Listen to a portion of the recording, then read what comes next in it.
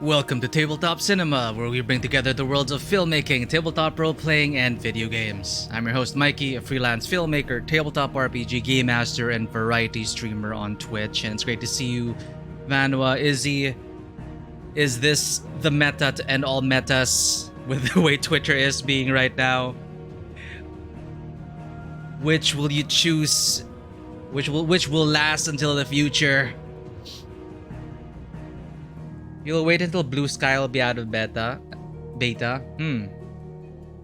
Yeah, I don't know. I'm not really even that active on Twitter, so I'm not sure. Like, I guess time will tell which one will remain standing.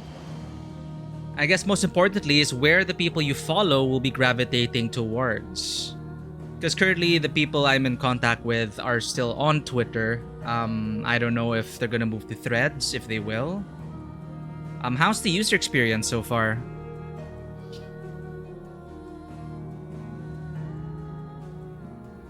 Threads are too moderated in a bad way. Are they like moderated?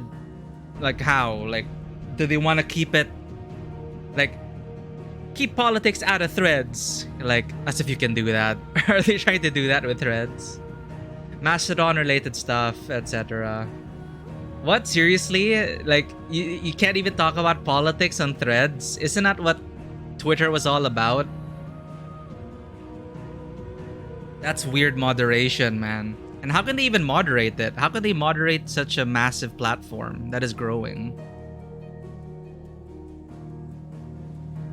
Bots, I guess. Bots which will catch terms like political. And it's gonna ban anything with political in it. I don't know.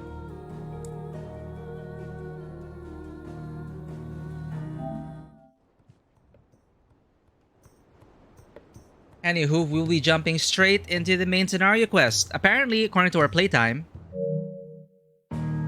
54 hours. We've been streaming for... Oh, my face cam is covering it. But we have 54 hours and 81% achievements. I think... Oh, no. Game progress is 81%. And we played for 54 hours. So, I just noticed it. It actually tracks your game progress. So, we have 20% left of the main quest. So there's still side quests, so we're gonna take it easy. No free Oxys 010. Damn. I'm gonna rate that 0. It's a good game though. Okay, not a lot of new mechanics, but story's good. That's what I'm looking for. Like, I'm not really looking forward. I'm not looking for like game, like genre defining mechanics or anything. As long as it's a good story which follows well after Oxenfree 1, we will be streaming that after the Huntress. Or I was supposed to replace this with Oxenfree 2, but I don't think we're gonna finish it. We'll see if we can actually finish it tomorrow. But again, I don't want to rush this game. We have a lot of side quests and hunts remaining, but thankfully I cleared up all the side quests and the hunts last night. I read all the codex entries. There were some interesting tidbits there from the Mysteries of the Universe, Mysteries of the Land section. I like that section in particular. Clarified a few things. So things are less nebulous. Well, things aren't that... Well, they're pretty clear. You don't even have to read the shelves. You don't have to. But it's nice to have a bit more clarity on certain topics. But other than that, it's nice to see nothing remaining. Just MSQ. Might not be a bad idea. Politics has become extremely AB, so they're planning to talk about social media. Not a bad idea. Creating a hypothetical bundle to their own. Yeah, like, the ideal world is the algorithm lumps us with... The algorithms lump us with like-minded individuals. That is something inescapable right now, which is very unfortunate, which is why the algorithms are really destructive when it comes to certain political scenarios. And I'm not sure how to really like how can we resolve that? Like, how can changing the algorithms to not putting you in bubbles? Maybe I don't know. Did Ultima state he's from... I don't remember where Ultima stated where he was from, but in the shelves, I'll go to the shelves. It says that he is from another world, another reality. want to clarify that. But I remember reading something about he came in from a Terran reality coming from another reality. So let me double check that.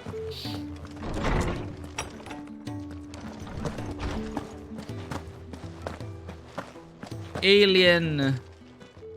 Good morrow to you, my friend. Well, I'll have to triple check. If you have a question for me, I should be happy to answer it.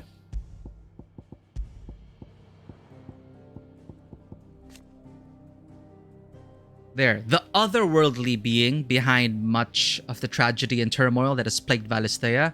Ultima requires a vessel in which to inculcate his disembodied soul. He means to claim Clive. No, otherworldly could just be an adjective, not literally. But where's that entry? I remember reading an entry where...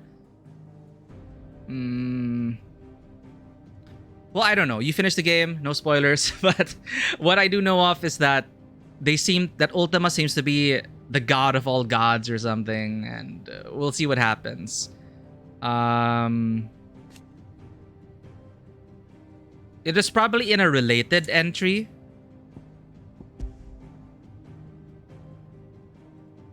Here, Ultima emerged from a tear in reality, wearing the skin of Typhon. Take that as you will, but either way, he has elements of a god, of a deity, probably predating the Fallen. Who knows? We're all gonna put it together. Oh, 5, how is it going? Another morning full of fantasy? Yes, but hopefully not a Final Fantasy, Master Ravenport. Great to see you again. Good morning. It is morning. Is it morning where you are from? It is evening where we are, 8:43 p.m. But welcome in. We have just started. Without spoilers, you can also say that choice at the end was hard in a weird way. Okay, so you're talking about Auction Free 2. All options are bad in their own way. You must choose. Okay. It's one of those, damn it, there's no everyone wins option. There's always a cost. Those are tough. You think you choose the best one? Most common is 70%. Oh, okay. 70% of players. Do they show the statistics? It's still kind of inhumane. I'm looking forward to that.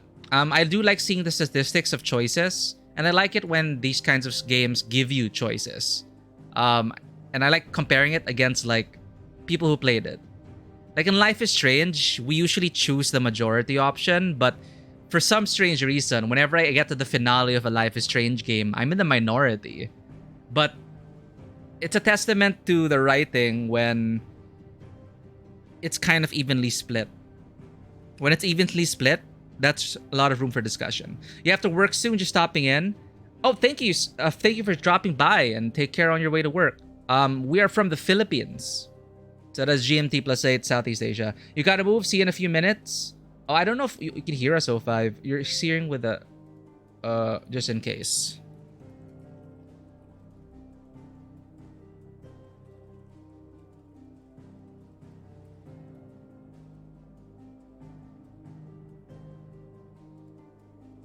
Exactly. Like, it's not... I'm not taking it literally, so... I'm not sure exactly where he is from, but could be another reality, could be from the heavens, who knows? Could be from space, because they say like supposedly with the dragon entries at least, like a dragon landed and you know, we'll see. Typical dragon creation myths with Grieger, which is why they're so worshipped by the Church of Grieger.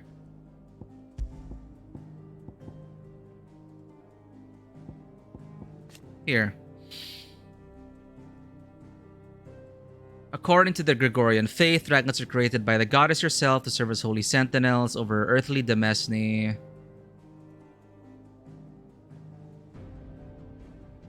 Countless myths and legends regarding dragons. There.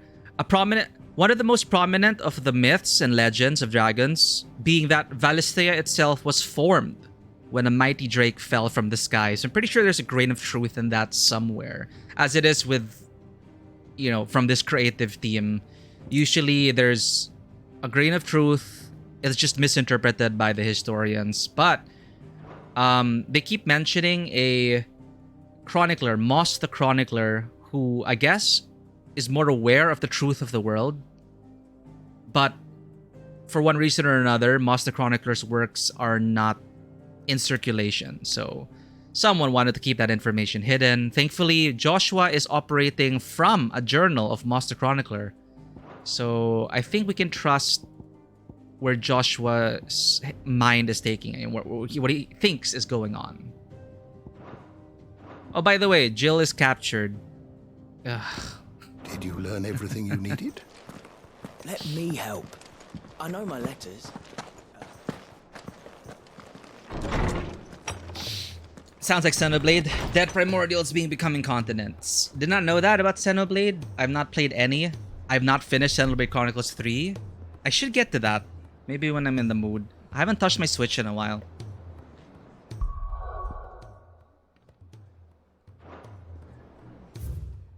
But I did notice the giant, colossal stone formations in Xenoblade, which are super epic. I love that kind of art. You know, like against the landscape, like a giant sword, a remnant of an older time, and the people under dwarfed by the size of history. It's always so epic.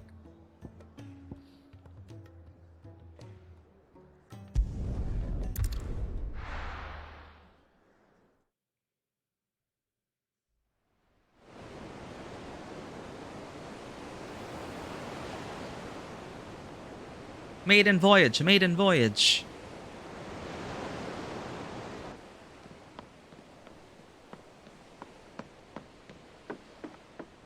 Torgal already making himself comfy.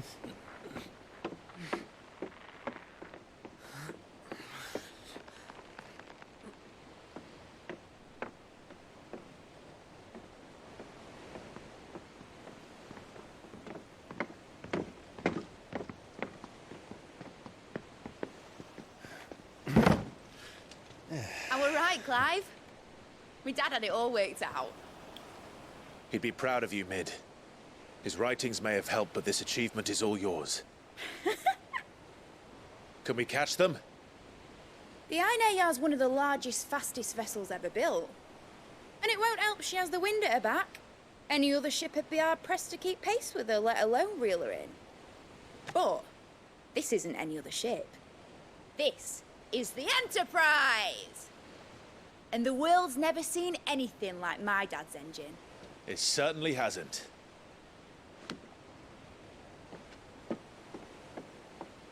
Yay, Right. science. What do you know of Barnabas Thumb?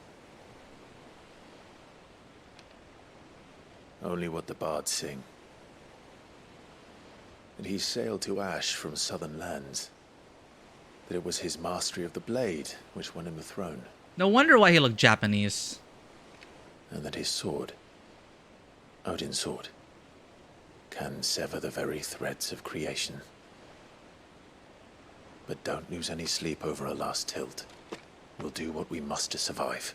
What we must. The light! I thought this cove was meant to be hidden.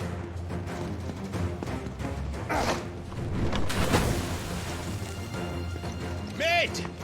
Company! Eh? We'll hold them off until the ship is ready. But hurry! Bollocks! Oh. Hands! Man your stations!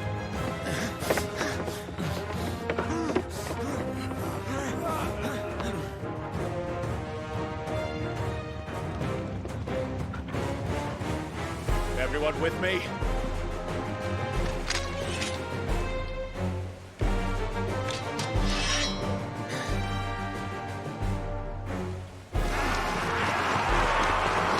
Ah, zombies!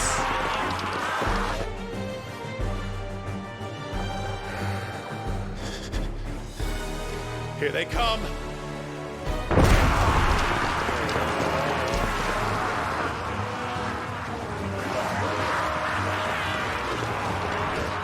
I like how they like pause and line up.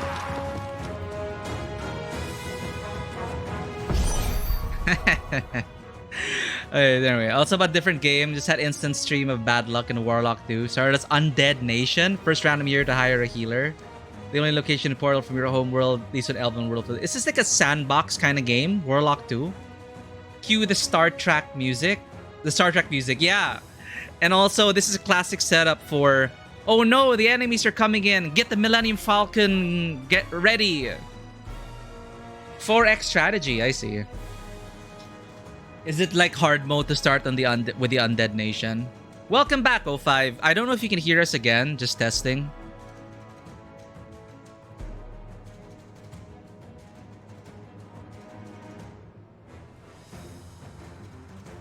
Alright. I created a new rotation yesterday.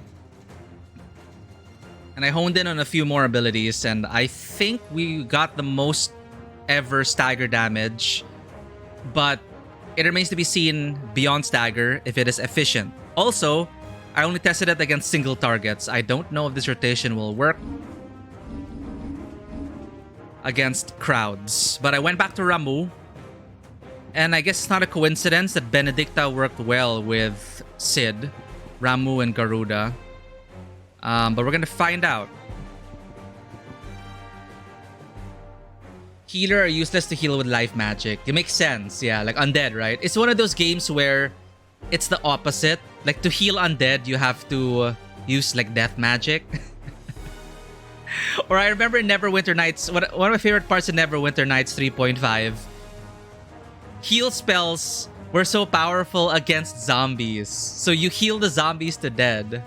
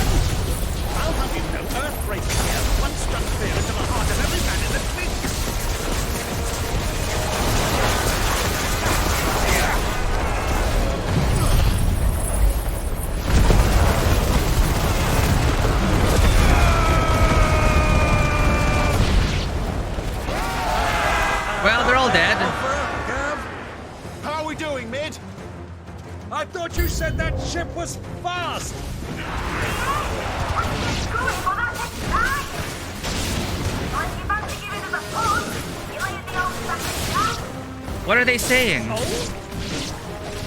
haven't felt this alive in 20 summers. Come on then! Which of you lot fancies meeting Ogre Killer next? Ogre Killer? Sounds like the cockers you can. Without the pay and I'll stand it back with it.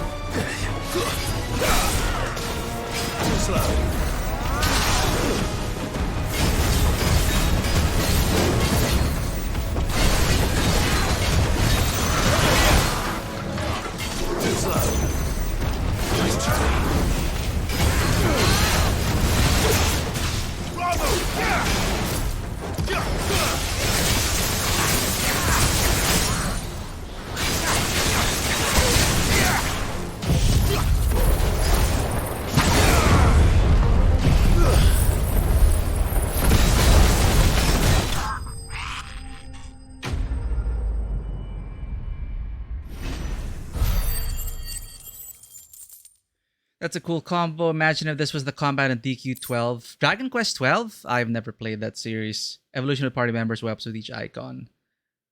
All the DQ fans screaming at you, but I don't care. I love it.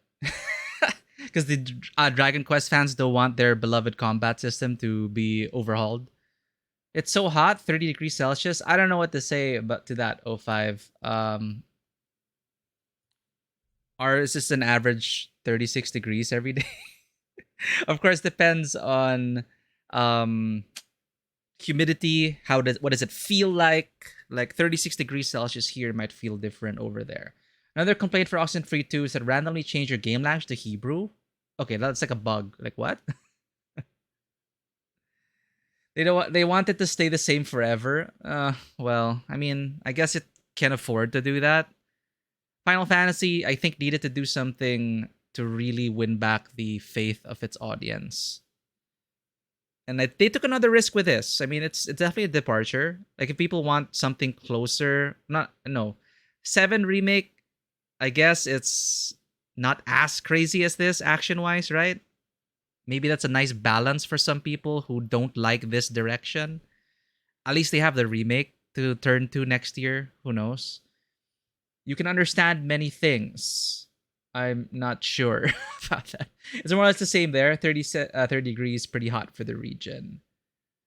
Yeah, just the other day, last week, they recorded the highest average global temperature in history. And it is just like a footnote in the newscast, but that is pretty sad to think about. So everyone is feeling it. Everyone is feeling it.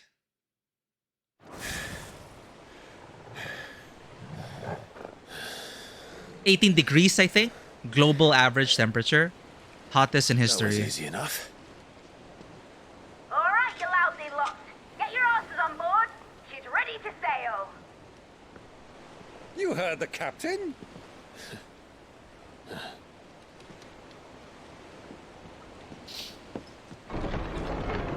Clive? What? How? No wonder why he just wanted to have fun with us. Confounded. Then it is as I feared.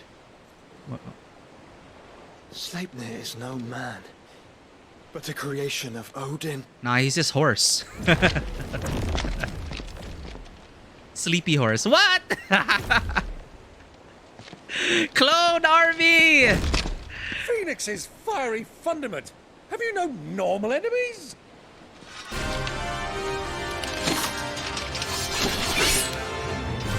Up for another round? Of course we are. Right, Lord Rosfield? Can we just leave? Oh boy, there was a time people called me the Executioner. Always in my eyes. No matter, heads will roll, all the same. Very well, Uncle. You plan! Let's just leave. You leave! We follow! Follow? How about we all just Now, leave? yeah? Oh, bugger me! Weigh anchor! Engine's dead slow ahead!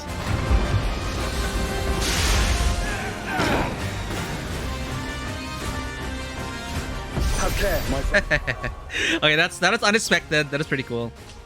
Let me pet the cat for you, O5. Hopefully the others will be able to make it in, because this is an exciting moment.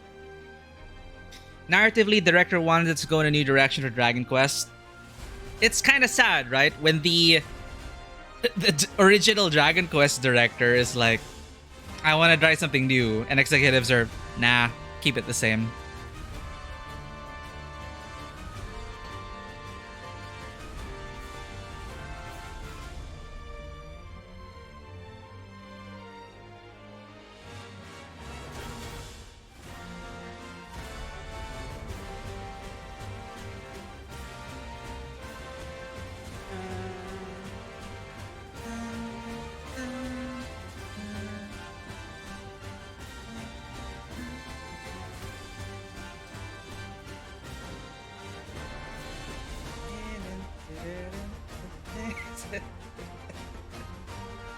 Thank you, Passion.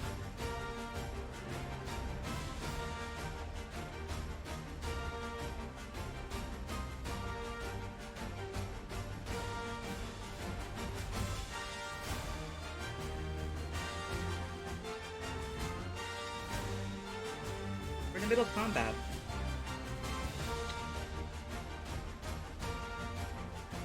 Okay.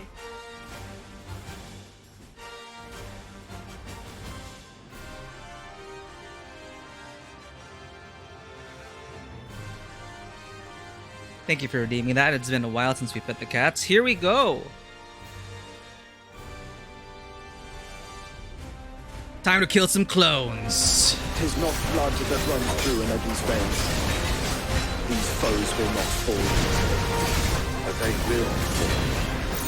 Like oaks before a woodman's axe. Good thing I brought one! Enough!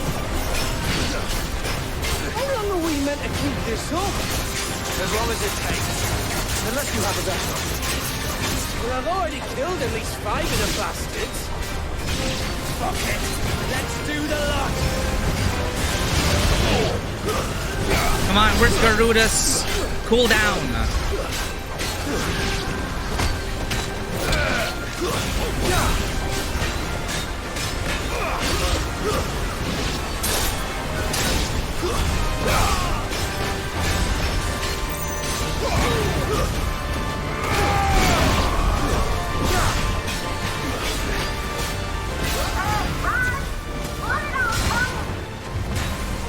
Should we make for the ship? Not yet. Wait for my signal.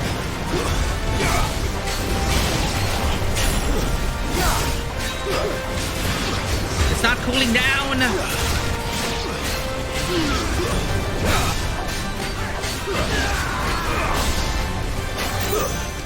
Almost there. Arrow. In your own time, Clive! Nice transition. This is what I was looking for. The escape on the ship sequence. Classic. No, Gal! Let's go.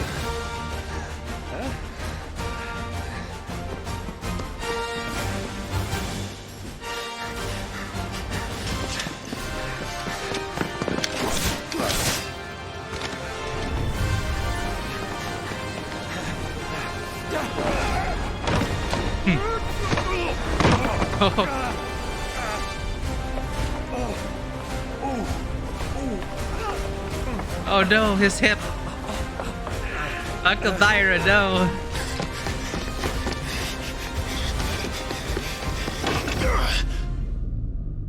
Prime.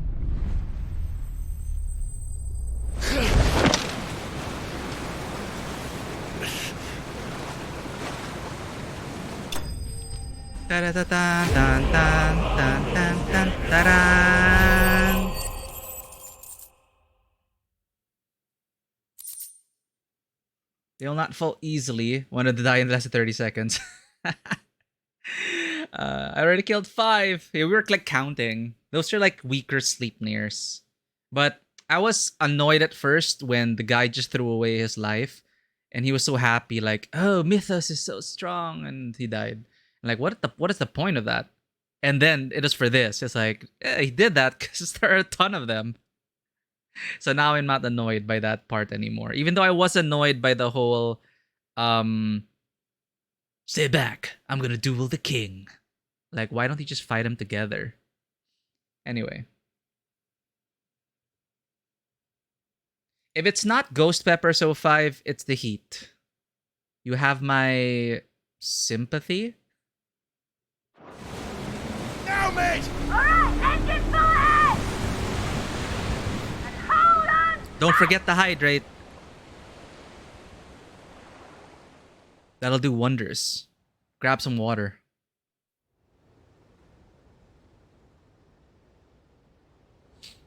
The Naldianaro. The Einherjar.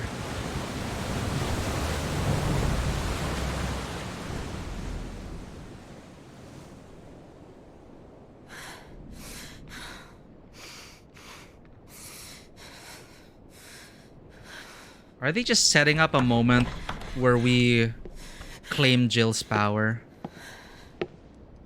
What do you want?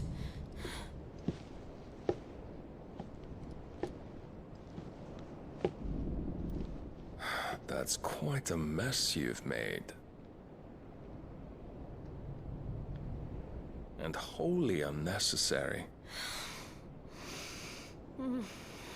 You are my offering to Mythos. I would not see you damaged.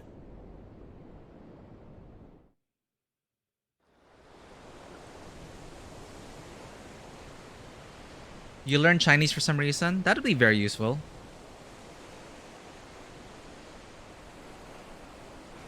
Now back to your stations! Every bell spent treading water puts another league between us and the galleon.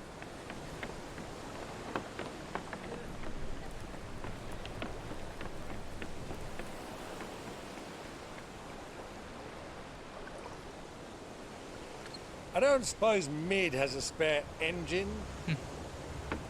Where are you going, Uncle? Since you rose from the grave, my fortunes have plummeted. Are you absolutely certain of this quest of yours, Clive? The foes you face are as terrible as they are numerous. Aye. And they'd have us live and die on their terms, which should answer your question. Ah! You have that same stubborn look as your father did when he set his mind to something. On the battlefield, I am but a single axe. A deadly one, mind, but a single one nonetheless. Yet what you require is 1,000, and I believe my old friend in Randalar can provide them. Take care, Clive. I have many more tales of your father's exploits to share. And I cannot very well do that if you're dead. Again. Good luck, Uncle. And may fair winds attend you. As for you, Joshua, take care. I shall do my best, Uncle. Farewell, my nephews. When next you see me, it shall be with an army at my back.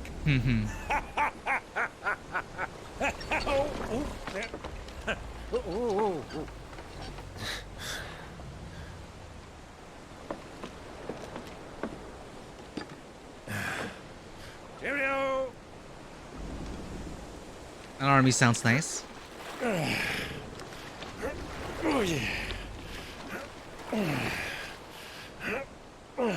Do keep up, my boy. You're gonna pull your back with that form, Uncle. Well, we can't have him showing us up now, can we? We would never hear the end of it.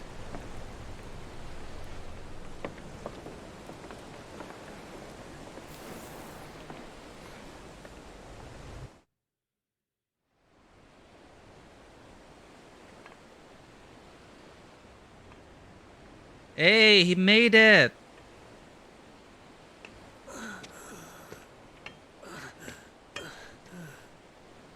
Great God of mercy.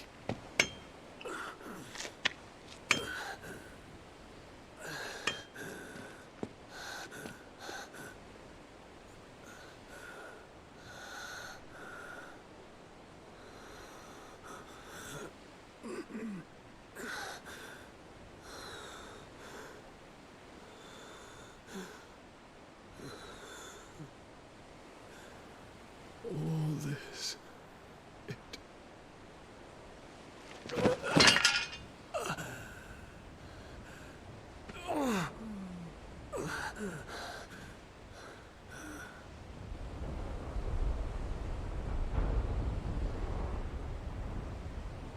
What have I done?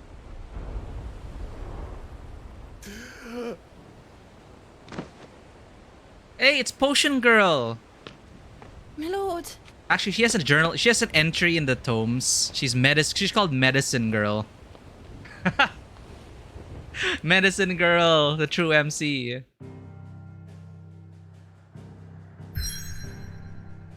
She's starting her own RPG campaign. This is her origin story.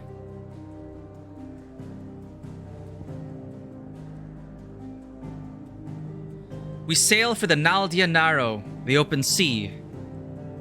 Blessed with mild currents and warm waters, the Narrow allows for swift travel to the Dominion, Oriflamme, and Stun here, without having to circle through the dangerous outer seas.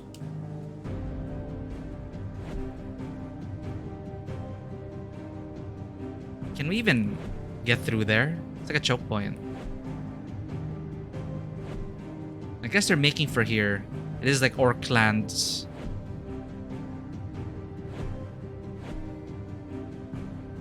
Hey, at least it'll help you cool down, 05.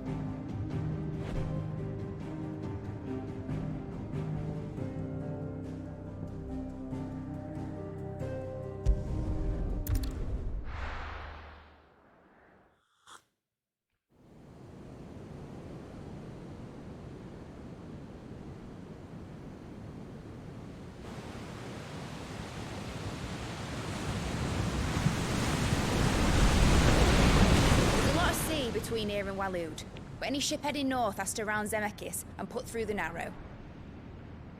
Maintain our current bearing north-northeast, and we'll catch the Black Galleon before she vanishes again. What's to prevent her from circling around Ash from the south? With these winds in those waters, it'd take 'em forever and a fortnight to reach Stone here. Mid knows what she's talking about, Clive. Better than any of us lot, anyway. I say we do as she tells. Sails on the horizon. She's ours.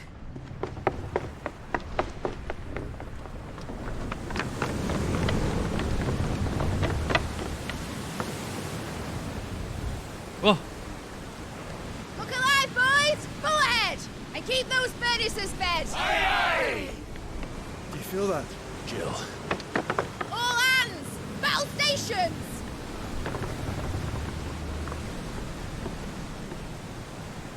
Let's see what this girl can do.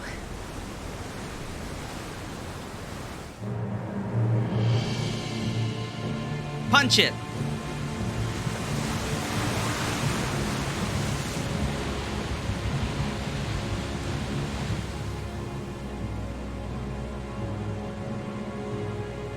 Where one leads, so does the other follow. The bond of consciousness which joins them condemning both to the same fate. Yet my every attempt to strike it from their hearts serves only to tighten its hold.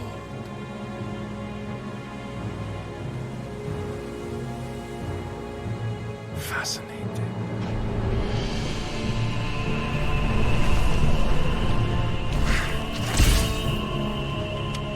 But then, there is naught my blade cannot sever.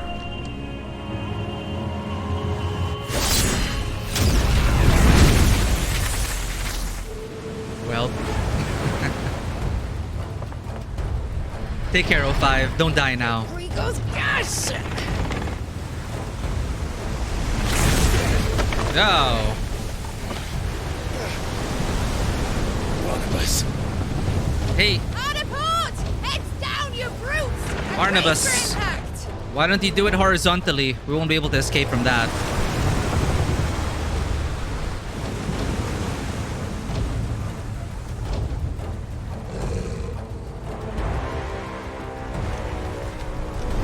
She's straight out of Dark Souls.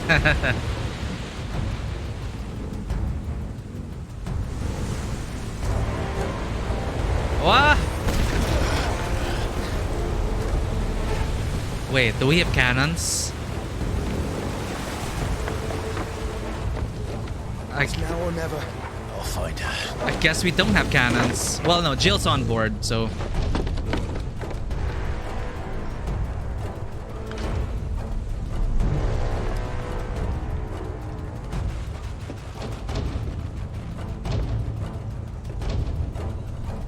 Well, yeah, Gav is the one who wants to get the fuck out of there.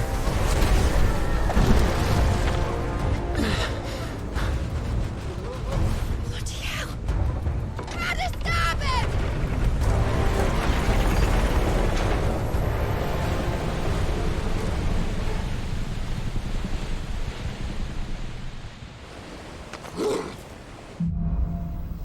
Through the maelstrom. Where did you hide her, Barnabas?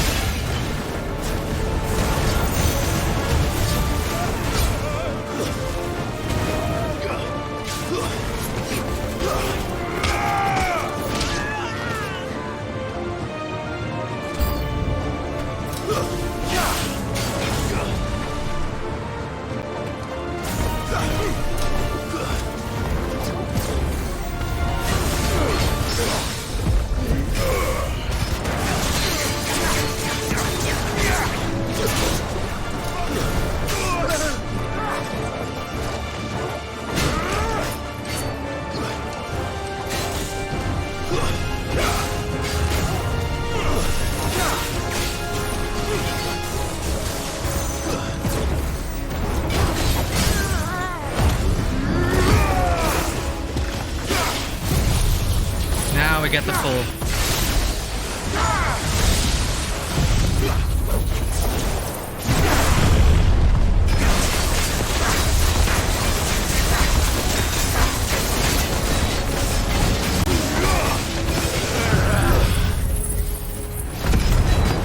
Everything!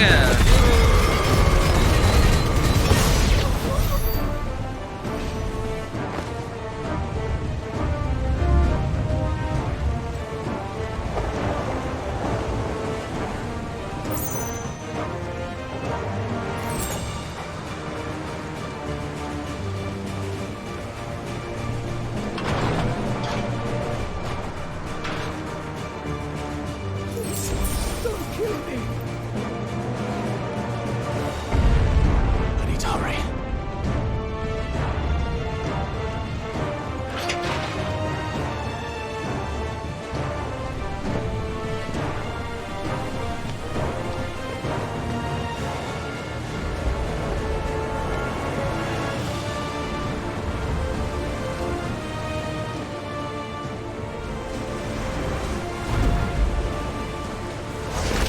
Uh-oh.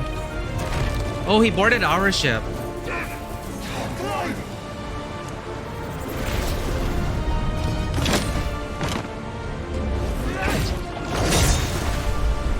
No! There he is! He wants him alive! Hold on. I'm coming. For both of you. Back to Shepard!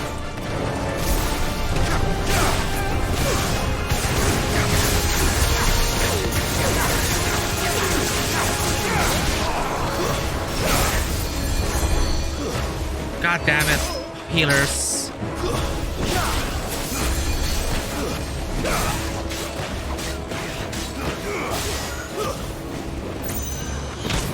It's over!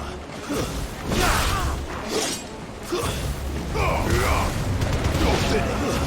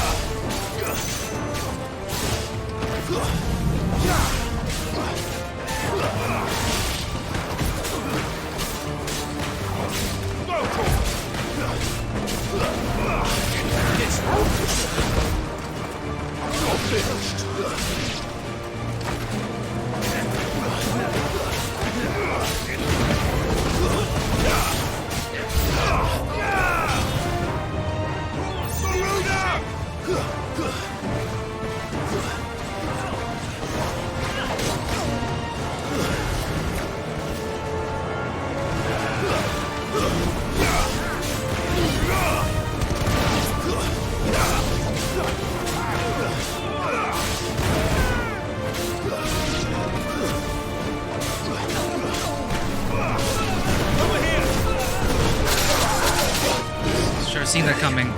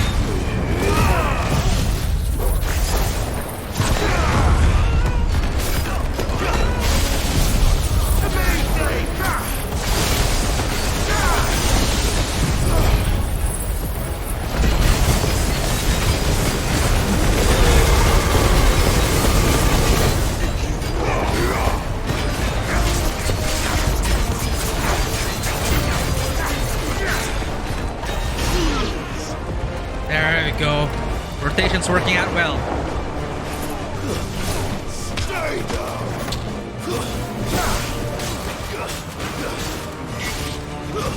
This one. You jerk.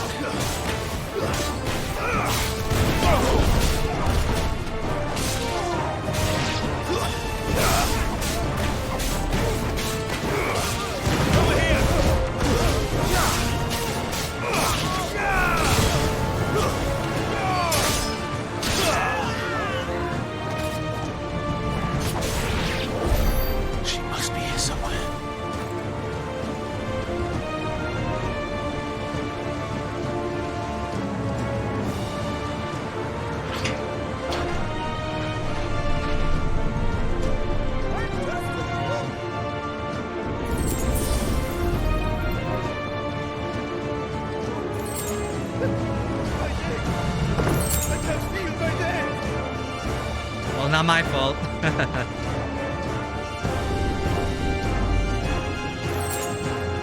See, this stage is more interesting. There are layers. Enough of this. The king can fight his own battles. See obstacles yet.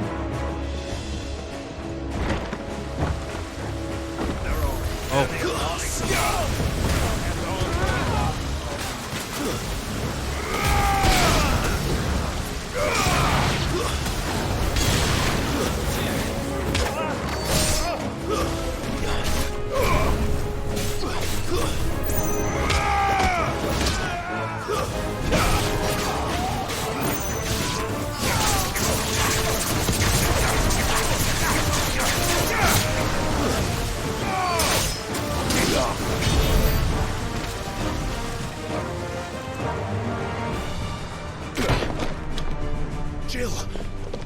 You came. Get back. This is a bit too easy. If he wanted to sever consciousness as well, why didn't he just kill Jill? Clive, how did you... I'll explain later. Hands.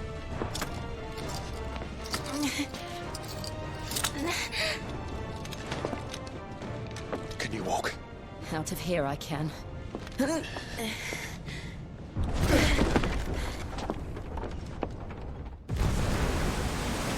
Like, I don't know what Odin's thinking. Stand still. Phoenix. Are you not the dominant of fire? I see naught before me but a guttering flame.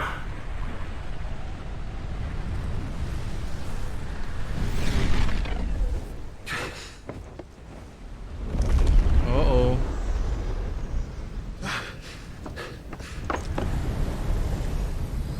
He's baiting you, Joshua. Oh. Odin.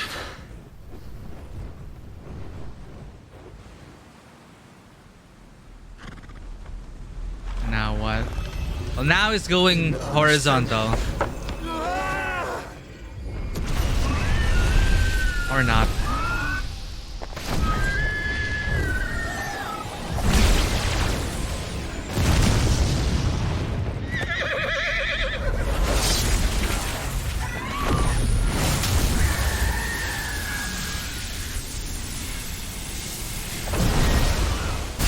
Oh, nice.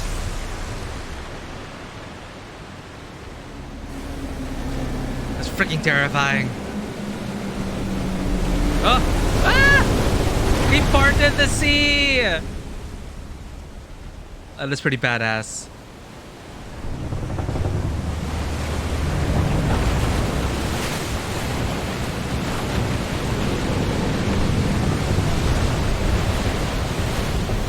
Oh no!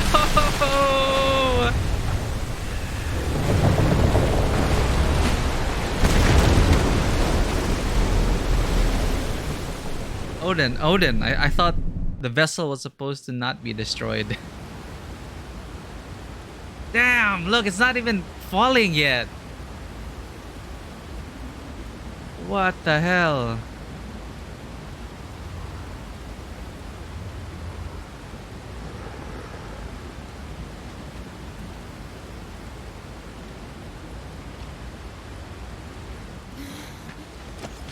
Can you go on? I think so.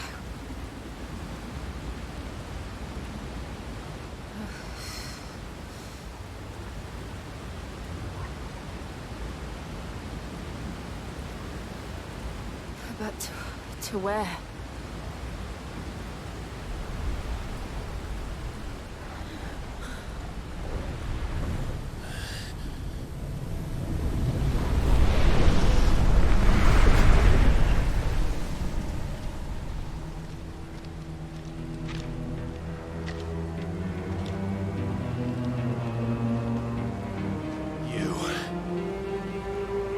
What did you do to Joshua? The Phoenix? Oh, I expect he will survive. This consciousness in which you coil your feeble souls is grown thick with desperation. And thus has my master turned to my blade.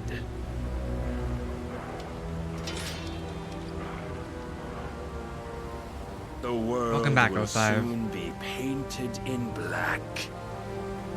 And all that live shall gather in death's autumn wake. Not if we remove the cause of this misery. Not if we destroy the last of the Mother Crystals and restore balance to the world. Come. Do you truly think it's so simple?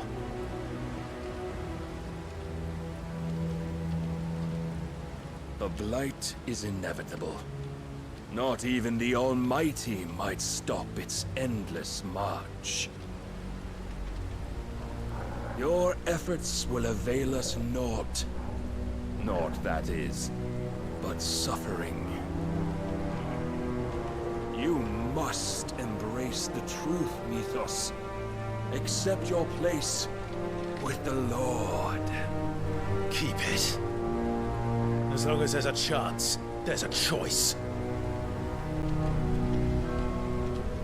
Ever led astray by your blind resolve.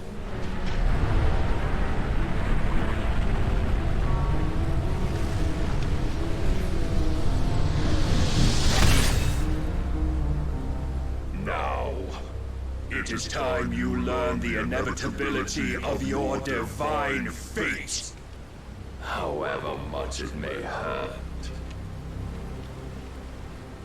Get as far away as you can. Clive, no. Trust me, Jill. Here we go again. To be fair, she is weakened, but I just don't understand what kind of plan was this, Odin? Like, I cool we get to face off against him, but nothing's making sense. I got to hear that you're fine, O5, in your place, headphones, AC on, life's good.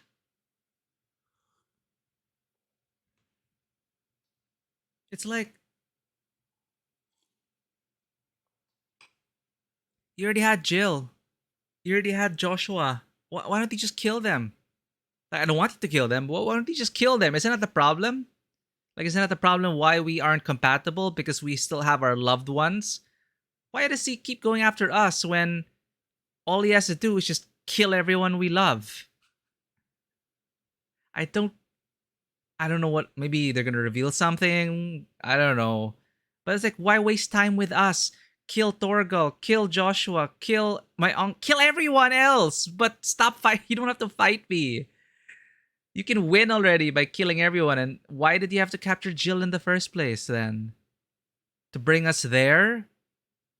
But you don't need us yet. You need to kill everyone we love and hold dear. I don't get it. I guess he just wants to gloat and push us down. And I guess we have to be willing, maybe.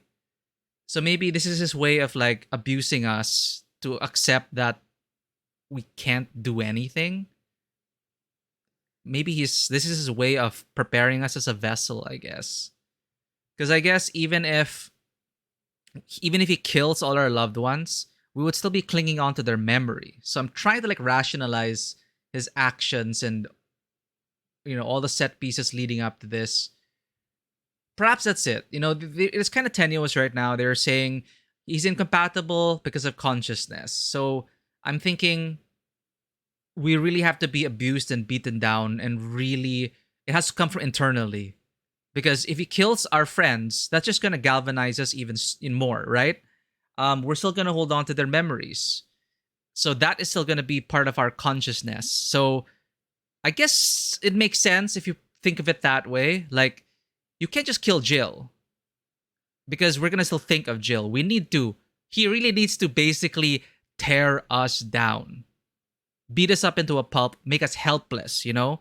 Like, if we're going to go with Game of Thrones references, what they did to Theon Greyjoy, they need a vessel like that.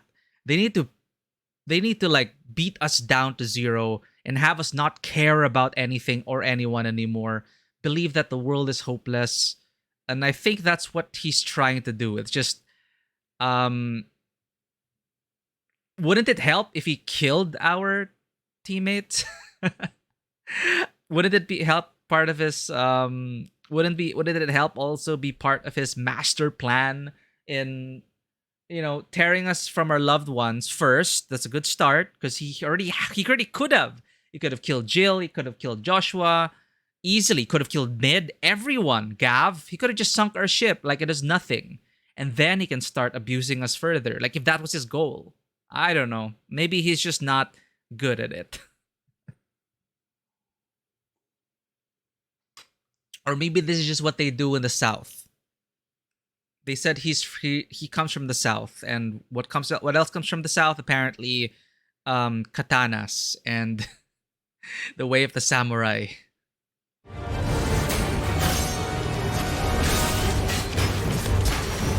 don't have to do this. Oh, but we do. If only to remind you of... Oh, there, he wants to remind us of our duty.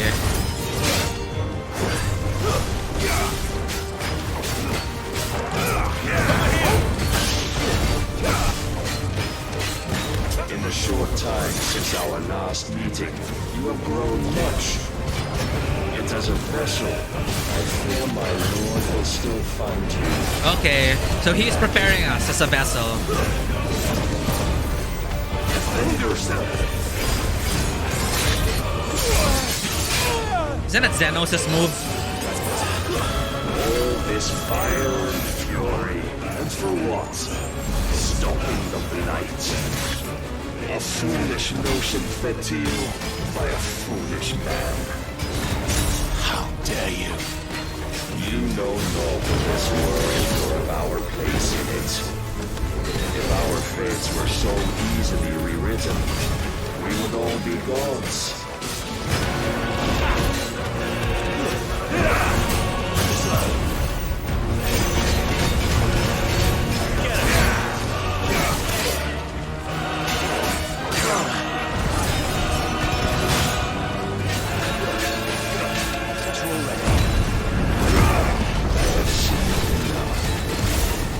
If reason cannot sway you, there are other means of persuasion that might.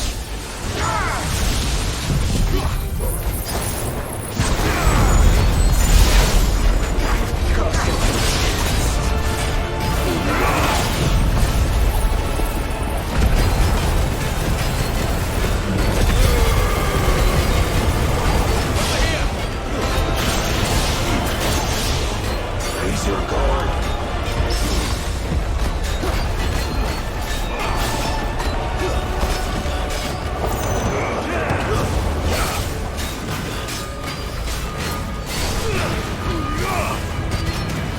I should have waited for this moment.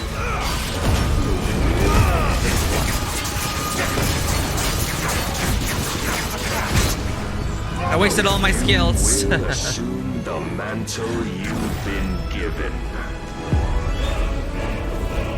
And thus is the light of hope severed. Shut up, Xenos.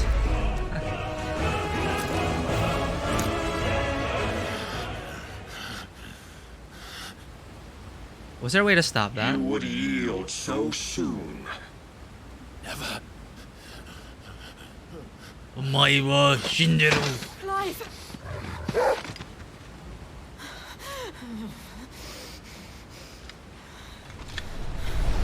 Do you not see?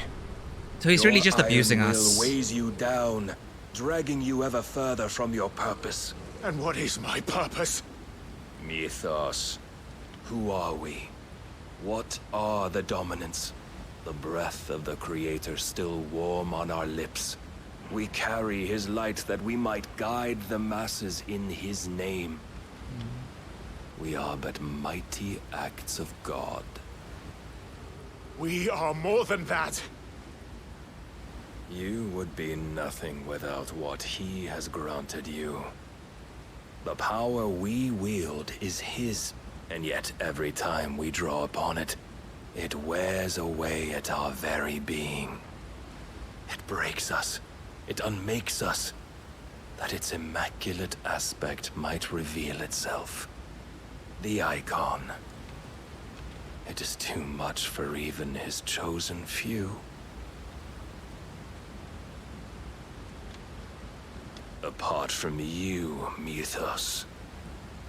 You wield the might of many, yet your body does not answer for its avarice. What are you saying? What I am saying is that we dominants are a means to an end. We were created for you, that you might drink deep of our strength and thereby fulfill your divine purpose. Which is? To feed. As you would know, could you only look beyond the walls of your prison of self-regard. As long as you choose to Who the deer? ignore Welcome this, you shall never penetrate my defenses. Still, you may take solace in the fact that you are not alone in your plight. The chains of volition shackle all of mankind, but there is yet cause to rejoice. For the Lord, in his mercy, has taken pity on his flawed creations, and shall see them restored to their proper forms. And what exactly would that be? Yes, please answer all our questions. Why, loyal servants to God. No. Manners, Lord Rossfield?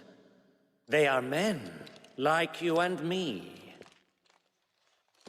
Albeit ones unburdened by the wills that drive our kind to madness.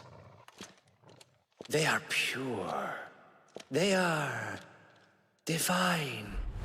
You mean to turn everyone Akashic? Not turn, Mythos. Turn back. For too long has mankind been led astray by their clamorous wills. It is time they return to a world of quiet equality, where they might once more know salvation.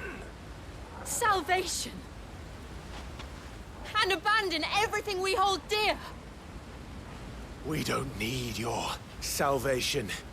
We'll save ourselves, and we'll do it on our own terms. Not yours. And not your gods. With every defiant expression of your will, the tighter the chains of consciousness become. But perhaps that fact may be put to use.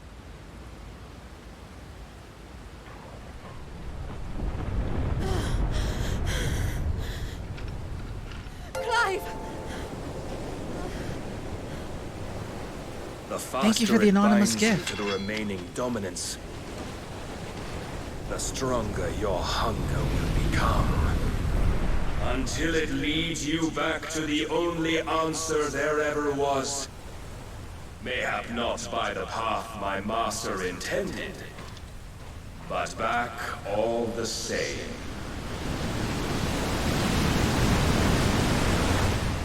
Ash is not far. I could freeze a path. You're in no fit state. Probably not, but I can try. Ah!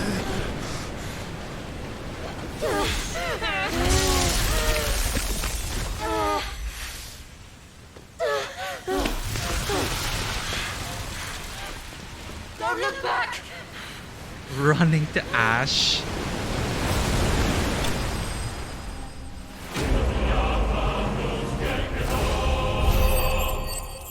Clive bested.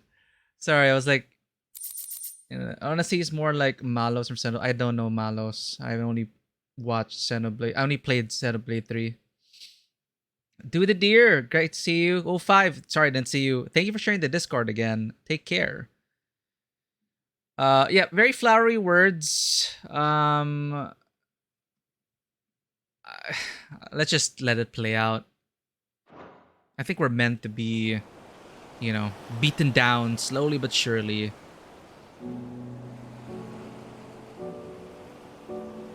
I wonder what they realize, though.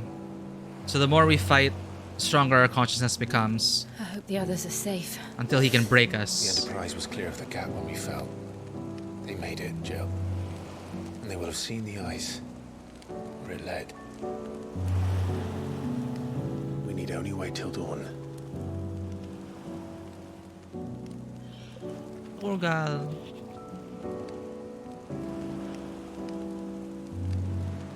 This is the second time Barnabas has bested me. I'm powerless against him. And maybe there really is nothing else for it but to give yourself to his master.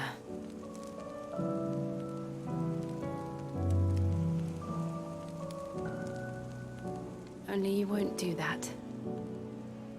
The Clive I know would never do that. So you believe? But do you really know me? If what Barnabas said was true, then I'm more monster than man. And each time I summon the flames from within,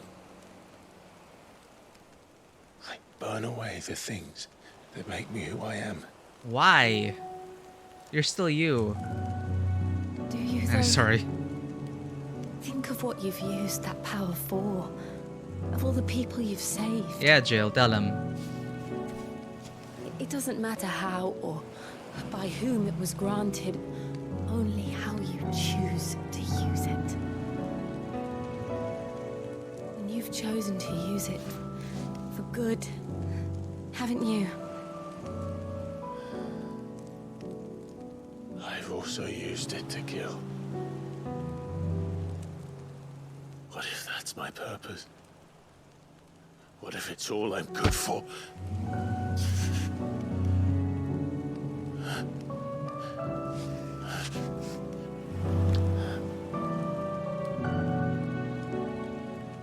You're still that same boy I grew up with. Always so eager to save everyone around you, and yet always so alone. Because you failed to realize the one thing that needed saving most of all. You, Clive. You. You never once took the time to save yourself.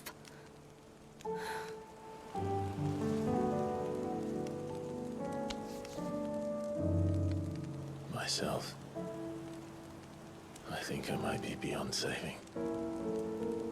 No one is beyond saving, provided they want to be saved. You fight to survive. And you survive so that you may protect those you love. It's what you do. What you've always done.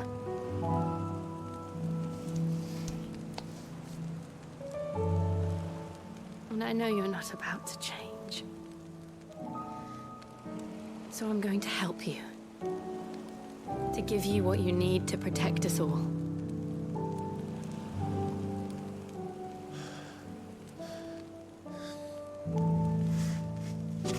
I only have so many slots for icons. Jill. Are you sure?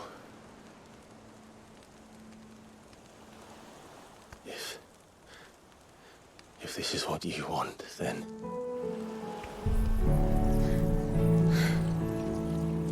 Why? Clive. It is.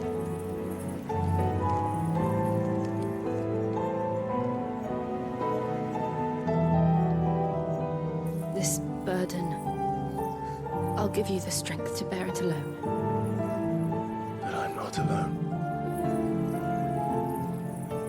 These burdens I carry, my sins, my pain, my sorrow, I see now that they are all a part of me.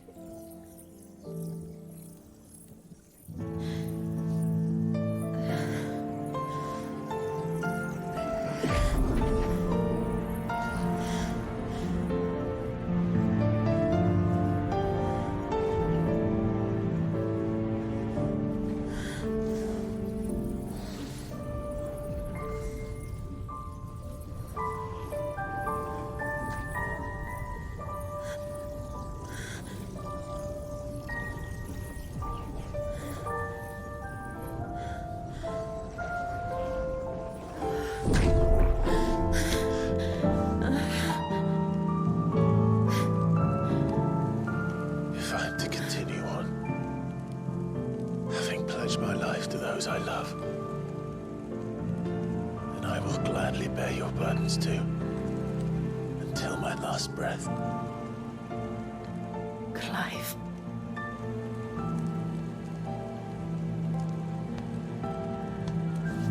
I promise you, Jill. We will find a way to escape this fate. Find a way to save each other.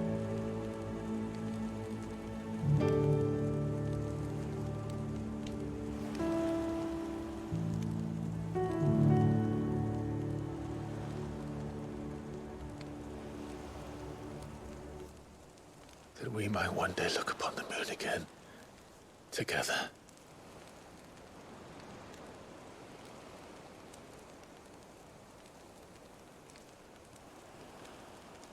And I promise you, Clive, that I will be there, no matter what you must become. I know.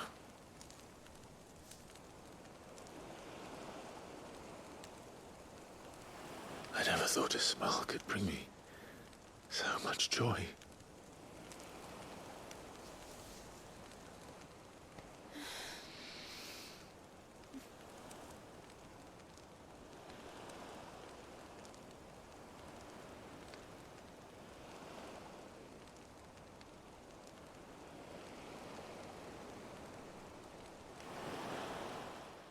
When you wish upon a Metean. Thor will be like, I don't need the fire to dry off. You probably already shook all the water out of his fur. The scene got better as it went on, but I was like, I don't know, it's a lot of mixed emotions. I mean, it is sweet. Just it's a lot to unpack.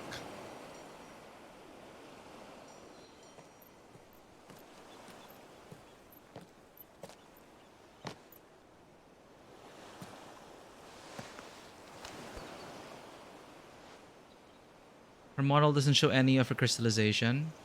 Oh, right. Maybe it starts internally before it manifests on the skin. So that means like Sid had only on his arm, right? But I'm pretty sure he's been priming for way longer than Jill. So maybe it starts inside. What of Barnabas? Do we pursue him? No. Our paths will cross again soon enough. Whether we like it or not. Besides, there is something we must do first.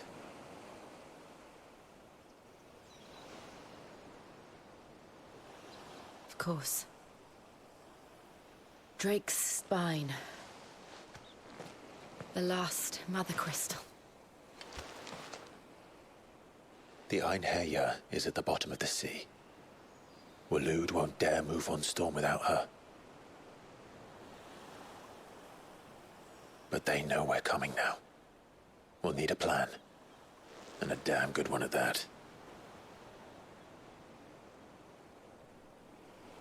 Then let's go home and find one. Ash will have to wait. Good sleep, boy.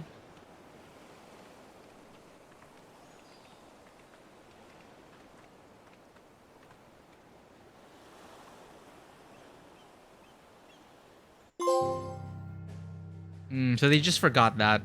They just forgot to model it and then. Alright, gonna use the bathroom really quickly. BRB.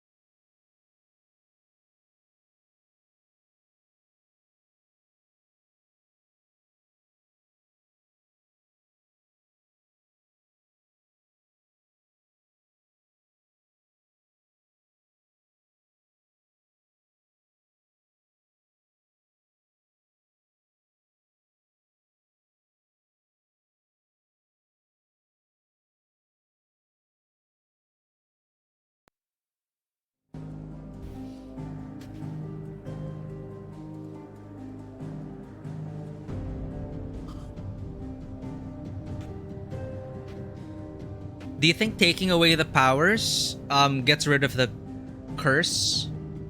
Maybe that's why she didn't have the stones on this. I mean, maybe that's why her arm suddenly healed. I don't know.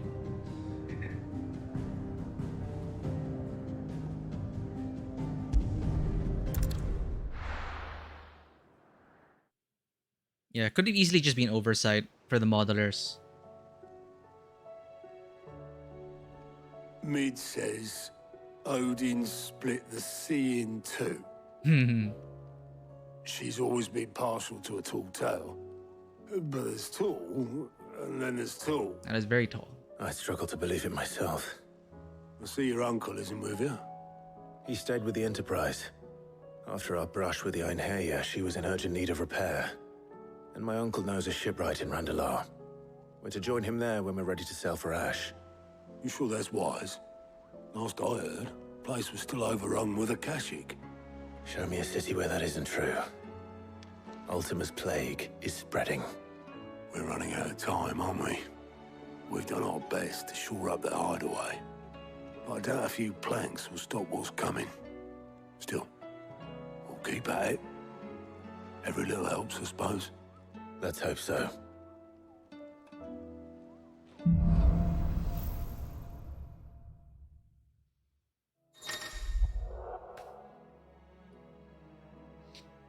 Yeah, it doesn't take away their power fully, but but when they do prime, it's like point of no return.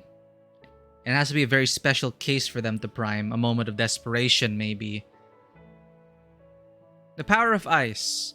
Clive has claimed a portion of the icon Shiva's essence. Attuning with Shiva not only changes the elemental aspect of Clive's magic spells, but also allows access to several new iconic abilities such as Ice Age, which forcefully knocks back enemies great distances. Albeit ability details are found on the main menu. Yeah, Looney Tunes, and that's it. You primed, and you're dead. It's like one last hurrah. Leviathan and Darkness. I'm actually wondering, like, don't tell me. I'm actually wondering if Leviathan, water, is like somewhere in another continent, like just not mentioned. Because we have not heard any mention of a dominant of water. Darkness, of course, is Odin.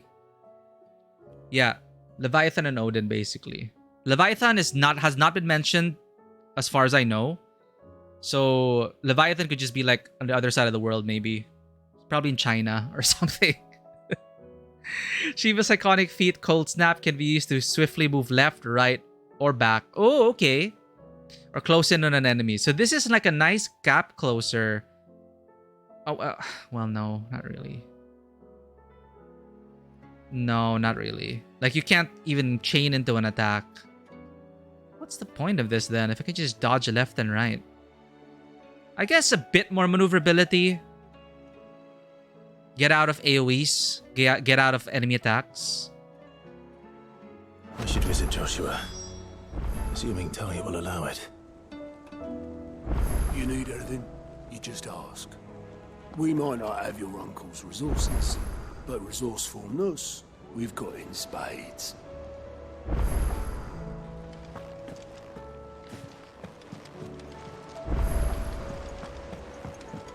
August, is Blackthorn sad again? Heard the bad news then, did you? What bad news? About Dravost. Blackthorn's old haunt. With the forge and all that. Oh no. Well, anyway, the mines just down the road from there are spewing at ether like no one's business. And the village? Safe from the flood for now, but they've got other problems. Akashic. Every creature in the area is either turned or on the way to turning, apparently. Zoltan and the others are living on borrowed time. They need help, and quick. Doris sent a few curse breakers to keep an eye on things, but there's only so much a couple of scouts can do. Except get eaten. If something ain't done soon, the old place will be overrun.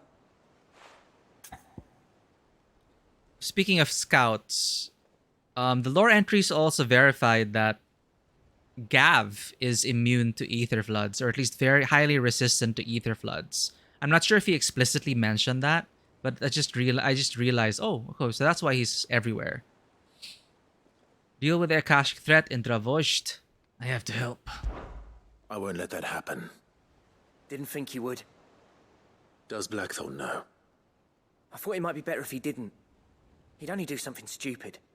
You reckon we should tell him? No. It's better this way. Yeah, well, I can't stand about knowing what's happening out there, so I'm off. I'll see you in Dravost.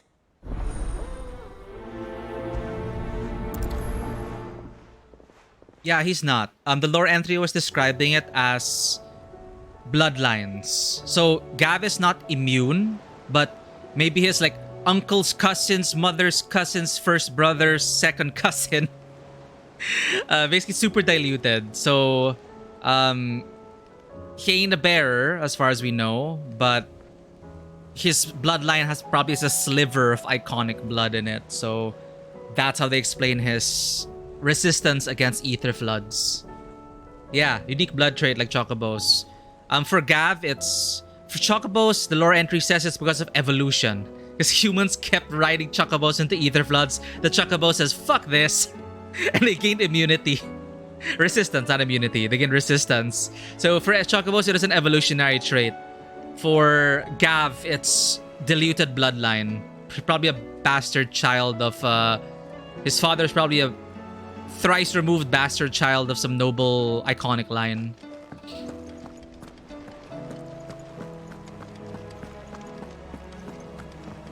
You can freeze people with it by double tapping or precision use. Ooh, you know what? Let's check it out.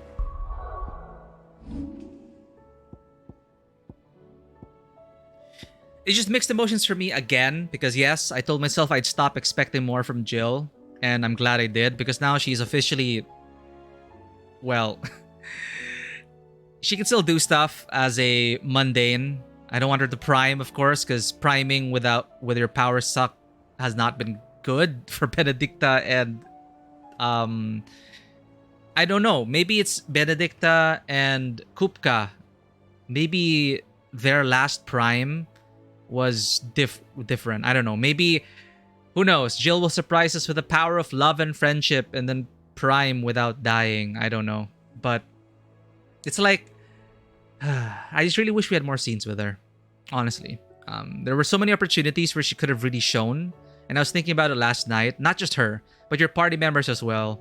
A lot of important moments happened off screen and they just tell you what happened. For example, if I were to have a chance to direct, for example, our rescue mission for Mid, when we split the party 3 ways, I would have appreciated even just a cutscene, right? Like, I know the perspective is Clive, but all the more then is it important to really shine the light on what the NPCs are doing. So it feels like, to make them feel more like party members that are working together rather than just AI-controlled husks.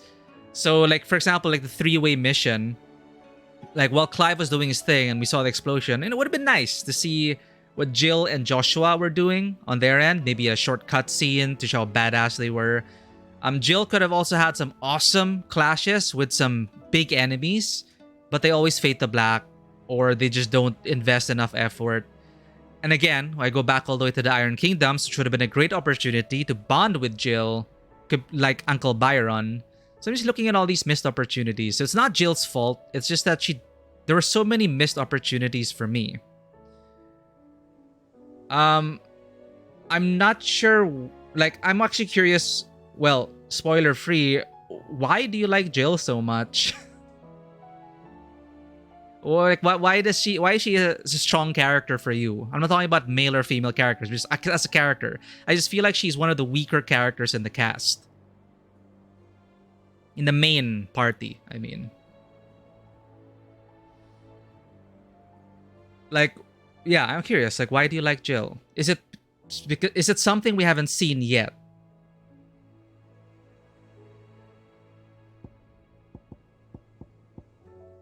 So it's not her fault. And then now we take away her power. And it's like, we never even got a chance to see her in action. Only once. Against Titan. Before we even met Jill. But, you know, seeing Shiva and Titan, like, duke it out, that is pretty cool. But, like, Jill's important sequences felt like they were cut off. And on top of all that, with a game that really focuses on a single perspective, like Clive, We've already had meanwhile cutscenes showing us the state of the world and what other characters are up to. I'm just saying it would have been nice if they shed light on our party members. For example, when we split off, I would have loved to see a cutscene of Jill and Joshua kicking ass on the other side, right? Anyway, but Jill got better for me later on, for sure. But I just felt like she was just so inessential. Like, if you took her out of the story, it wouldn't really change much. And I think that's why I'm so disappointed in it. She was just meant to be Shiva's dominant. They just needed the dominant of Shiva, but she could have just... I don't know. I'm just trying to figure out what her relevance was in the story, aside from being a dominant of Shiva. Let's say, like, compared to Joshua, who felt much more effective in dealing with the world's problems by bringing to light the undying, and he was doing research on Ultima. He was trying to stop the end of the world. So Joshua's up to his own thing, and, you know, he was effective. He's effectual. He trapped Ultima as well.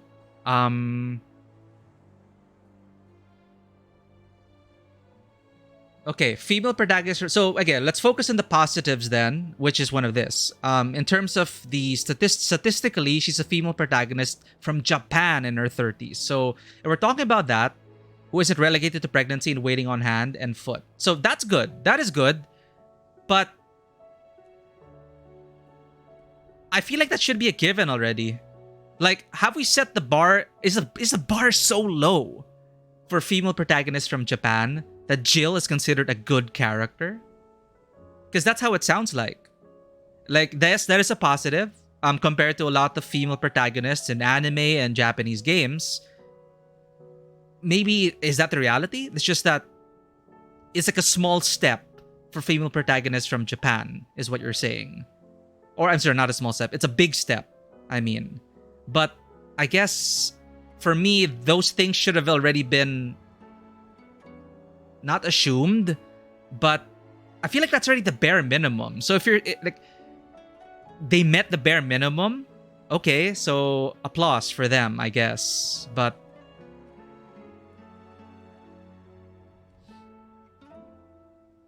maturely told with her story with Clive for the entire series.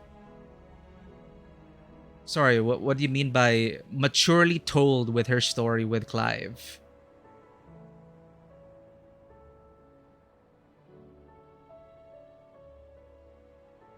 Like, I like their relationship.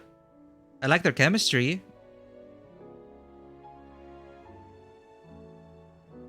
The scene when they were both naked, talking about being vulnerable, you know, more ways than one, they're both bearing themselves to each other. I thought that was sweet. But then, I understood that you needed to get Shiva's power somehow, and I was worried it was going to be at the expense of Jill's life. But it was Jill's choice. But the reason why the whole scene started to feel mixed to me is because I also already, again, I wanted more from her, and then now they're just going to take away her power. And symbolically as well, the way Clive did it, it wasn't very gentle either. You could argue that, like, if I were to direct it again, I was surprised that Clive reached for her heart that soon. Like, it's a directorial issue. Like, I'm not saying it is badly directed. It is very sweet. It is very wholesome. But I'm talking about, like, personal preferences now. But if I were to direct that scene again, like, if it was Jill's choice, I would have leveraged Clive's hesitation to take that power away from her. And if this was really something for Jill to give, I would have made it for her to give, not for Clive to take. So a small gesture like that of Jill reassuring Clive and putting her hand slowly onto her heart, I felt like that would have added even more to the sweetness of it. Just like how Sid did it. Remember with Sid? He like grabbed Clive's hand and put it to his chest because Clive was hesitant to do it. So I guess you could also interpret it as them trusting each other, but you know, that's a minor niggle. But my point there is, I just had very mixed feelings going into that because I just found out as a character she was so lacking already. And then they had her captured for a second time, and she was ineffectual again, and they took away her dominant powers before she even had a time to shine on screen. So it's like the straw that broke the camel's back for me. Literally naked on screen, and unlike FF7R, she doesn't come off as this thirsty character like Jessie, you mean? Jessie was just very interesting. But I also feel like Jessie doesn't deserve that much flack because women can be thirsty too. You will say wait for follow-up on the scene, won't say more. Okay, so it's something, again, like I already told myself, right? I already told myself I need to just continue the game. You're right, right? I'll wait to reserve judgment, but those are my initial thoughts right now. And the fact that your thing about her being a female protagonist in Japan in her 30s who isn't relegated to pregnancy, I guess then I will focus on that as a positive step for Japanese female characters. And I guess we can ask for more, but I guess I could take it as a consolation that, you know, at least according to those standards, sure, she was a good step forward. And hopefully Jill then opens up more opportunities for better female characters from Japanese writers and Japanese RPGs. So we can be optimistic about it, right? So hopefully FF16 opens up more doors for more kinds of stories. So yeah, let's remain optimistic about that. Annabelle was very interesting, I will say. Yes, she was all obsessed about noble bloodlines. She made herself a breeding object. So I don't want to call her a breeding object. That just kind of lessens what her goal was. The thing is, Annabelle was so strong in the sense that everything was up to her, right? More or less everything was up to her. She schemed for herself. She took for herself. Hell, she even took her own life by her own hand. So from beginning to end, Annabelle was in charge of her own fate. So I actually really appreciated her as a secondary villain. And I liked at the end where it's like she was just a crazy bitch. You know, some people are just terrible people. Annabelle was one of them. So I thought Annabelle was actually pretty good. Benedicta, I guess it's the lack of other options if we're talking about female representation. If we're looking at it from a feminist perspective, okay, this is a different way of looking at things. If we're gonna like put a feminist lens on it, and we're gonna put it through the Bechdel test and look through the other female characters in the game, yes, there is room for Benedicta's tragedy. I will not say that they shouldn't include scenes like that with Benedicta. It's just, if we're looking to more female characters or feminine characters, actually, I would say a lot of the men here are quite feminine in terms of subverting masculine tropes. So if you look at that, there's a lot of feminine, quote-unquote, feminine energy in this game. Honestly, like Clive is so not stereotypically your macho FF protagonist. He's not Cloud. He's not Clive. He's so vulnerable and open. And I love that. I love that about him. But if we're just going to straight up talk about like female characters, it's just as if all we have are tragedies and a missed opportunity, which is Jill. That's it. Looking at the cast, not counting the sub-characters, okay? I'm not counting the people in the hideaway. I'm not counting Tarja or those characters. I'm talking about the main villains and the main cast members. But yeah.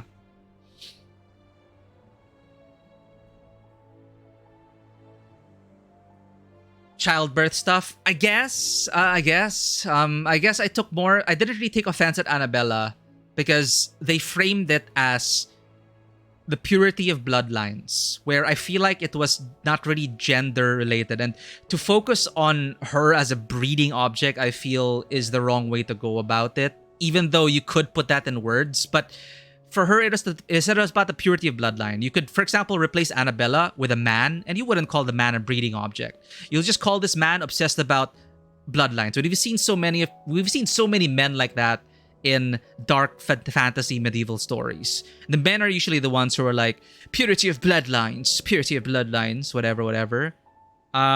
So the fact that Annabella takes that as her villain role, it's just that.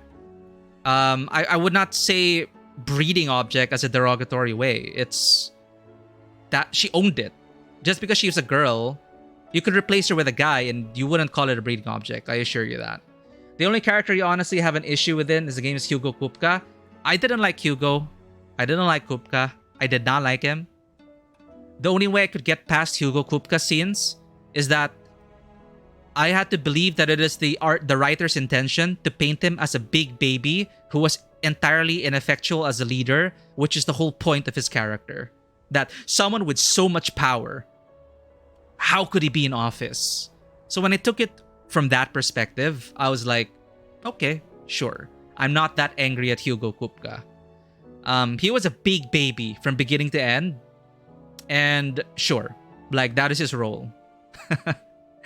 And it is also a commentary on the kind of leadership the world can have. Like, it's so unfair, right? Like, why is such a terrible man-child the strongest person in the Dalmekian Republic, right? It is so true. It is so topical. You highly recommend watching Uku, The Inner Chambers, Tokugawa Shogunate, reverse gender harem, and power structure due to the men nearly dying out. Very interesting. Uku, The Inner Chambers. Let me see that.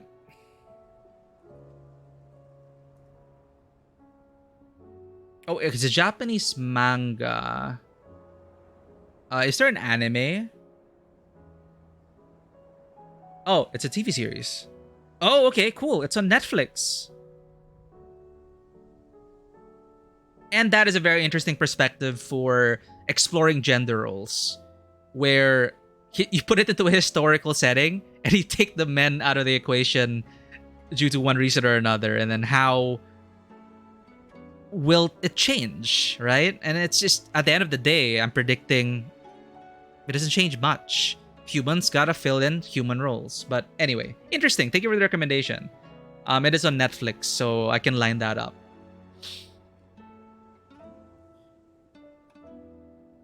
Anyway, I was going to look at Shiva, but those are my initial impressions. Why I just felt so mixed is because, yes, I can totally celebrate how Jill is relatively to other female protagonists in Japanese media. I will say that, yes, she is quite a step forward. It's just taking this from, let's just say it is developed by whatever, Western developers.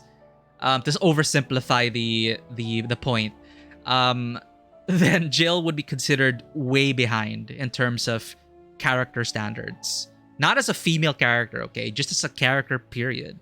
It's just a shame that, for me, I'm disappointed in her as a character. And on top of that, she just happened to be female. And the only female in the lead cast.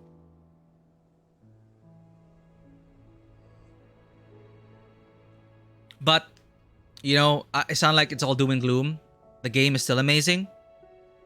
The acting, the sequences are still great. I really love the tenderness of the moment between Clive and Jill, even though some of the lines were... It's like a roller coaster of... the writing just wasn't there for me. But overall, a very tender, sweet scene. And you just see them really... They're literally and metaphorically bearing themselves for each other. And that is love. And that is a reinforcement of Clive's consciousness. And I just really need to wonder now, like... I'm getting Stormblood vibes in a bad way. Stormblood vibes in a bad way, meaning... I mentioned Xenos, right? He's better than Xenos. He is already better than Xenos in terms of his motives. But my issue with Stormblood was that the plans of the villains ended up becoming too convoluted for what they were trying to preach to the audience. And it was very preachy. And it overwrites a lot of other... I don't know. It's just... It hasn't been presented very compelling yet. Again, we're not done with the game yet. I'm gonna wait for it to be... for them to tell it in a more compelling way. You like Stormblood, the eastern half? I like Stormblood except for Xenos, honestly. Desert Place, I am upset at that. Because, yes, they had to choose which to focus on. They did too much. They put too much on their plate. So instead, they focused on the eastern part. What's it called? The amalgamation of the East Asia. The desert part was just a footnote, which is very unfortunate. Because a lot of people wanted more of the desert of Raoban's side of the world. But understandably, you know, it is a Japanese game. This is their opportunity to really highlight Eastern Asian culture. And they had to choose where to invest the resources in. So I don't fault them for that.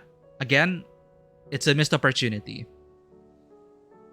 But you are right. The desert place was just like, get it over with, and suddenly you're in the east. And everyone's happy, more or less. Just not me, because I didn't like Xenos. Did you know people actually thirst for Xenos?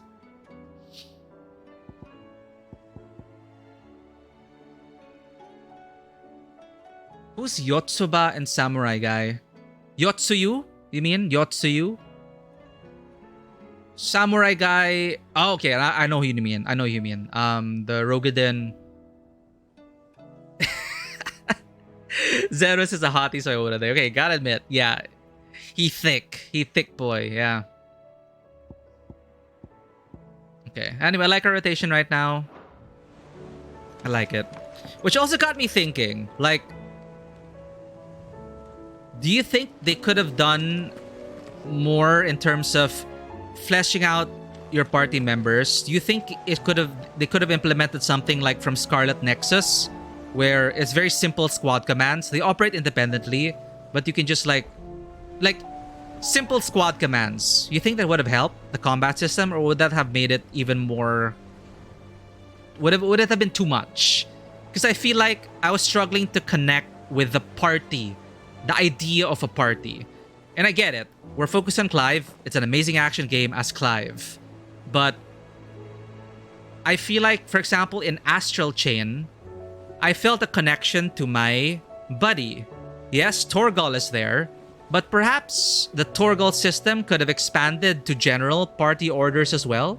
Or maybe an on-demand party skill combo. Like, that would have been super cool, I think. Like, chain off Shiva or chain off the Phoenix, and creating more opportunities in combat, and also subconsciously connecting you more with the idea that you are in a party and you aren't alone, since that is a major theme in this game. You're not alone, but gameplay wise you are literally alone.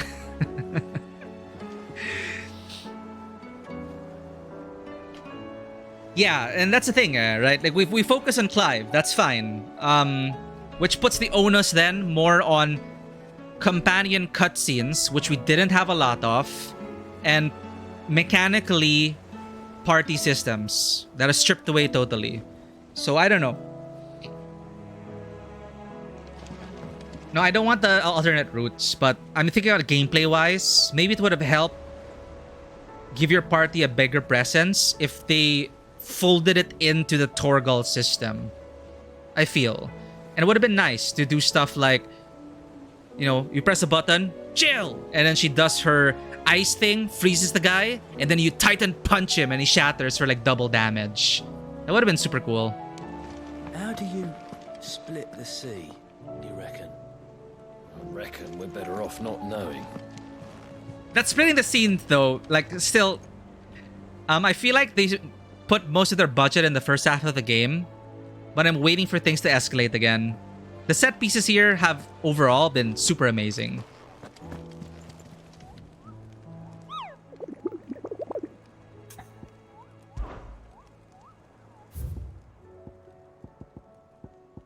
Yeah, me personally, I would have liked the Torgal system expanded to feature people in your party. And I think that would have gone a long way already to still giving you the feeling that, hey, don't forget about your party members. Like, I don't want to manage them, sure. I want to focus on Clive. So leave them as is, they do their own thing. But let's have an on-demand party combos or something. I don't know. Yeah, and that's why you make the first game. And that's why currently, like, sign me up for Final Fantasy 16-2, 16-3, 16-5. Give me more. So I understand. This is a huge departure from the franchise. It is a huge risk, but it paid off. And they had to start small. They had to start somewhere. Well, relatively small, so to speak. But it can only get better and bigger from here. So I have faith.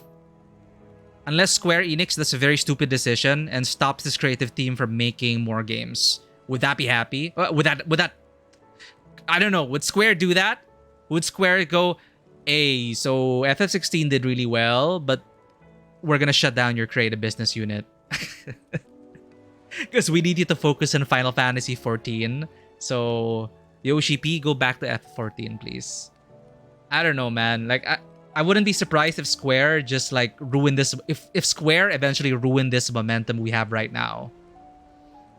It happened with 13 and 13 too. That's what I hear about it as well. I hear that the trilogy got better.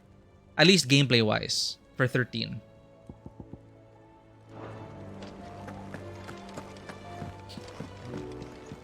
Clive. Godspeed.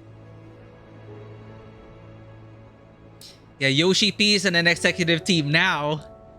So they wouldn't be able to shut him down without much turmoil. Where's that plus sign? Ah. Midazol.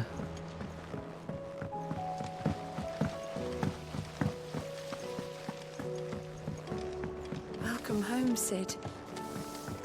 Glad to be home.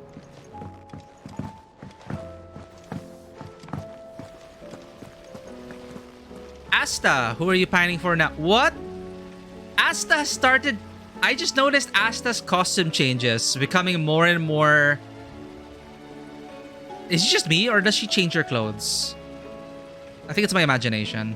Then again, why settle for low-born chaff when we've honest-to-goodness royalty right here beneath our roof? Uh-huh. If Prince Dion cannot see my love for him, then perhaps the Phoenix will.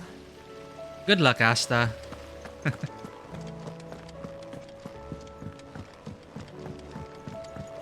The amount of turmoil would likely happen, which would kill their greatest cast. Yeah, it would, right? And 14 is still their cash cow, so yeah. They're not going anywhere. I hope. Miss, can we read Miss Editor's story for our lesson today? Oh! What a wonderful idea, Jocelyn. Let's do just that. Editor made it! Editor wrote her story. I finally finished the book I was writing. You're welcome to read it. If young Jocelyn hasn't already defiled its pages with his infernal scribblings. It's probably like... Oh, here. The Heroes 3 by Editor RR. Or RR Editor. Editor RR. That sounds like a good author name. This is the tale of 3 gallant knights. Lady Ameth the Brave, Sir Arturius the Bold, and Sir Jos the Brazen, who, trained in cunning by the fabled architect Bidadolphus, and armed with the arcane knowledge imparted upon them by their benevolent headmistress, Charlegan. She said she was going to change the names, but... Charlegan of the 7 Stars, embarked on an epic journey from their home, hidden deep within the towering sepulchres of a drowned lichyard, and out into the untamed wild. A journey that would see them defend the weak, rescue the ailing, uplift the downtrodden, and vanquish the darkness that had once again taken root in the land, just as the great outlaw, Sidwin, had done before them. So this is about the 3 kids. Amy,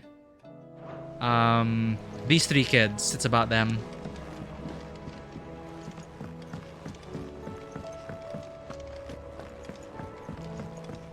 But I'm happy she was able to write her story. So, she don't need sails or oars, but she's still the fastest ship on the sea? That's what Mid says, anyway. Though I'd have to see it to believe it. Science!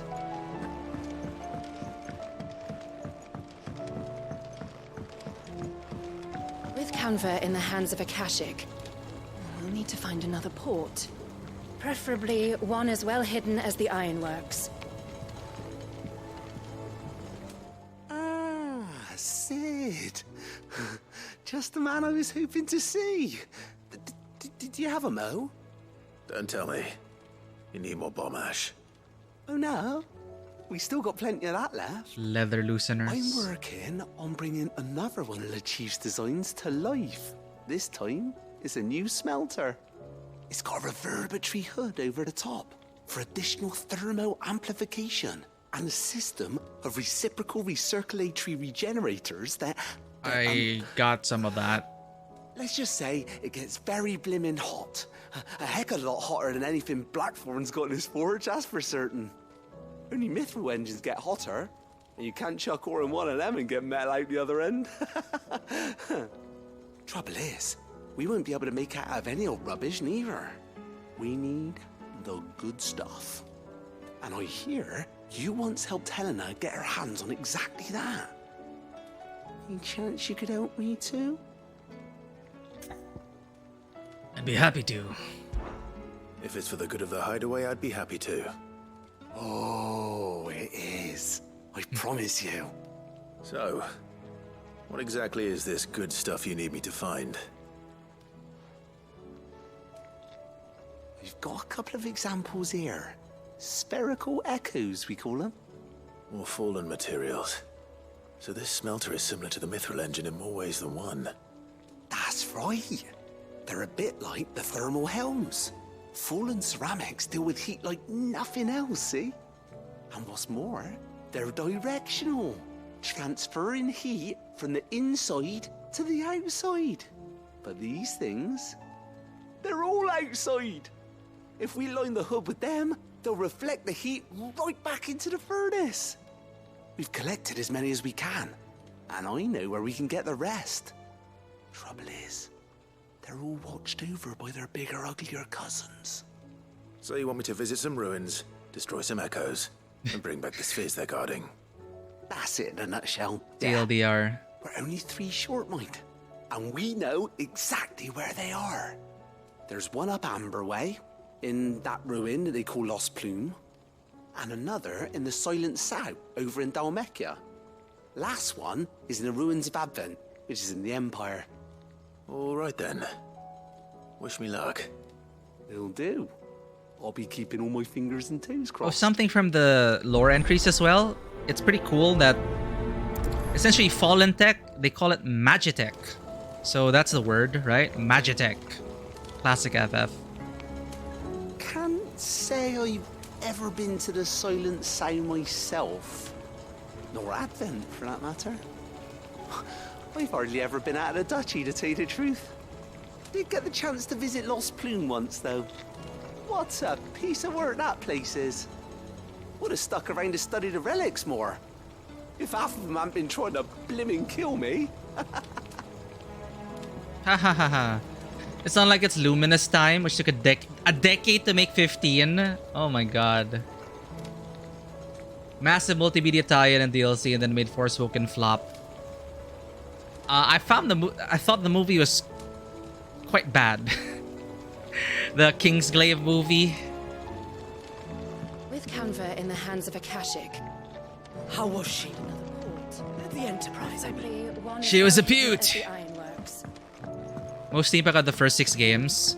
Yeah, I'm not sure where it started. I just remember the Magitech mecha stuff from FF6. The one that was like an ATST, which was also used in FF14.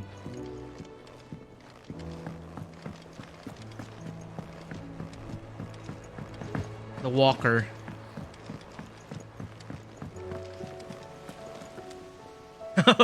What? They had 2 anime? A book for an alternate ending? Wow. And I guess that really... the multimedia push kind of flopped, huh? Well, I only watched the movie. I did not like it. I hate watched it. I hate finished it, I mean. Lost. It can't be true.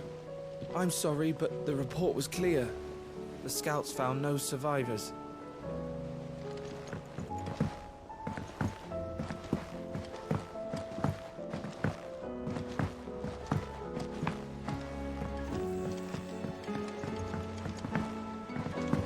Have you tried Molly's lemon tarts? I've never had anything so delicious.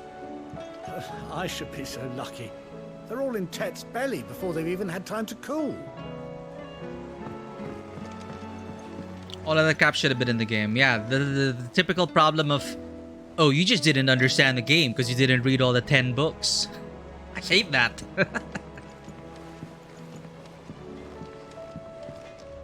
Is there out you need? You take care now. It's a chocobo now. If I painted you black, could you fly me across the lake? Are you even listening? Ha! Was that an FF14 reference? I think it's a black chocobos that fly, or at least part of the quest line in FF14. Ask about the Enterprise. Yeah. Like the thing float, did it? The weight of all that shit. Mid had me knocked out. I thought it'd sink straight to the bottom.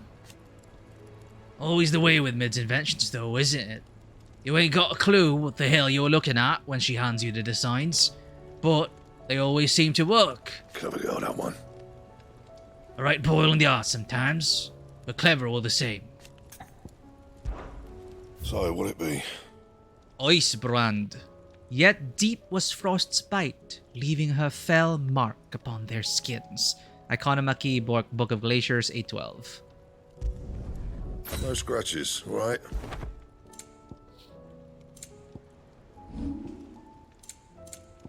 And? The stew's awfully thin these days. Oh, what do you expect?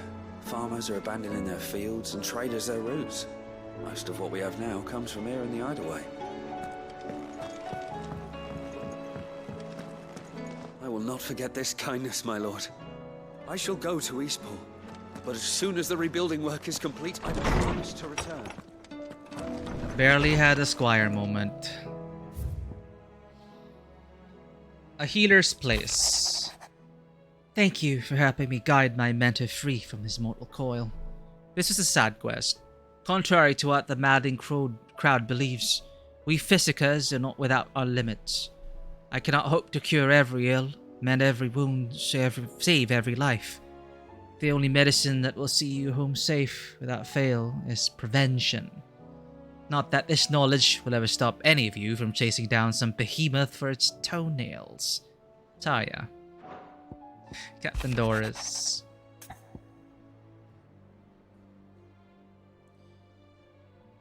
They really messed up removing Nomura from Versus 13. Change of leadership. I think it ended up making him go insane. Oh no. Kingdom Hearts 3 was just half sloppy. Weird Dementors in FF7R. Darkness, Chaos, Obsession, and Stranger of Paradise. I guess he was like lashing out at the series. But he did say Strangers of Paradise is still fun to play, right?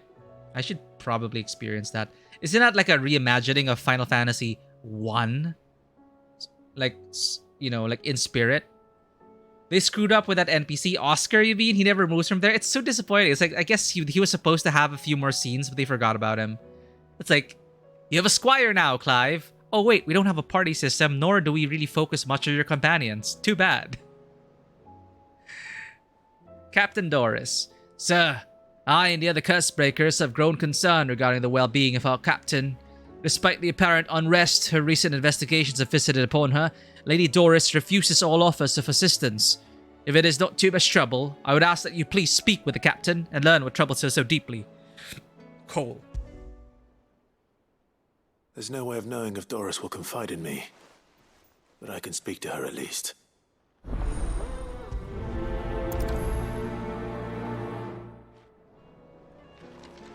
Doris has been losing heart lately. Squire.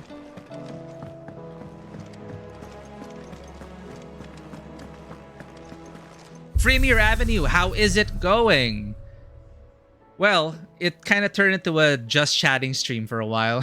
We were just talking about our well, at least mostly my feelings about how I felt with after the moment with Jill and Clive. Have you... Wait, you said you haven't finished the game yet, right? But I'm pretty sure you're further ahead than we are. But welcome in, Premier Avenue. We just finished one main scenario quest. We're doing side quests now. It's going to be pretty chill. We got Shiva.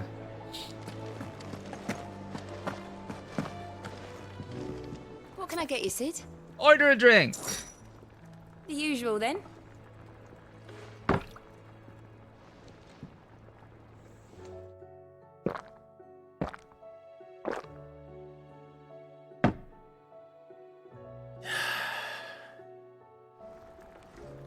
Oh, you're not leaving already, are you? Let's also Welcome back, Sid. buy a round for the hall. Well, Eureka. someone's in a good mood. Eureka. Oh, you finished it already. Wake up, Nice. you lot. The next round's on Sid. Nothing to worry about spoilers then. Still good. Like, I haven't even finished the game yet, and I already want the trilogy. Don't be a stranger, Sid. I was wondering what we'd get out of it. Because I bought the drink, and we got more conversation with Meave. So I assumed buying more drinks would unlock more dialogue with Meave. But I guess it's just for an achievement. What can I get you, Sid? Hey, Mission Impossible. I'll be watching that tomorrow. Tomorrow early in the day, so I cannot stay for too long. But I will be streaming again same time tomorrow. Because I'm pretty sure we're not going to finish the game today. Tonight, I mean. But I'm glad to hear Mission Impossible was an awesome movie. I enjoyed Fallout. And I will forever say that Mission Impossible Fallout is a great movie to watch if you want to learn how to design encounters for Blades in the Dark. That is a mouthful. But Blades in the Dark is a tabletop RPG. And you can apply that as an overlay to Mission Impossible Fallout and really learn not only how to build exciting set pieces and scenes for the filmmaking terms, but also to build fun encounters for the Blades in the Dark system. That's just a random tidbit I wanted to share. So I'm looking forward to tomorrow. Valistea is fantastic. The Holy Trilogy of Final Fantasy, Ivalice, Eorzea, and Valistea. Glad to hear that. Like, I enjoyed experiencing Ivalice through FF14, but I hear nothing but great things about Ivalice. Eorzea, of course. I actually could say I finished FF14, and now I am liking Valistea. Like, I don't know how it's going to end. Please don't tell me. But there's so many. I feel like there's so many stories that can still be told in this world, and they can build upon the combat system, and man, I'm just getting excited thinking about it. Oh, keep your mug handy. What do you recommend? A shirt. This is a tavern, not a brothel. Rude! He was just cooling off. Sid! How about a round for us little people? I just... You. That man doesn't owe you anything. I just brought you around, just. Hello, Togal. Hope adrift on foam-flecked peaks, despair looms below.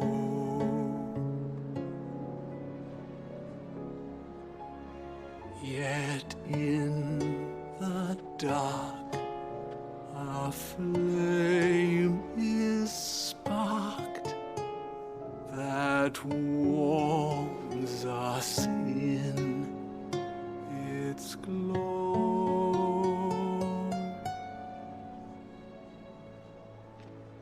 Clap, clap, clap, clap. You don't know what you're talking about. Enjoy looking for food, Premier Avenue. Thank you for the lurk. Is what gives chances stew. It's Is that Boba Fett lurking? Adorable. And that's what makes it superior to any old lizard livers. Donald telling you he found some ingredients and Zeta flaring the full planet.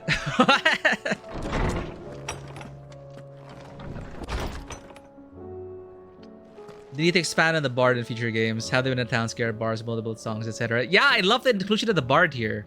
In fact, I wish they could hear the Bard in Final Fantasy XIV.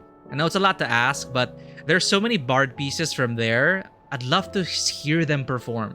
Someone on YouTube probably already did it as a fan cover. You probably just have to search for it. But yeah, give us more Bard time. Speaking of Bard time, I totally forgot Witcher Season 3 Part 1 is there.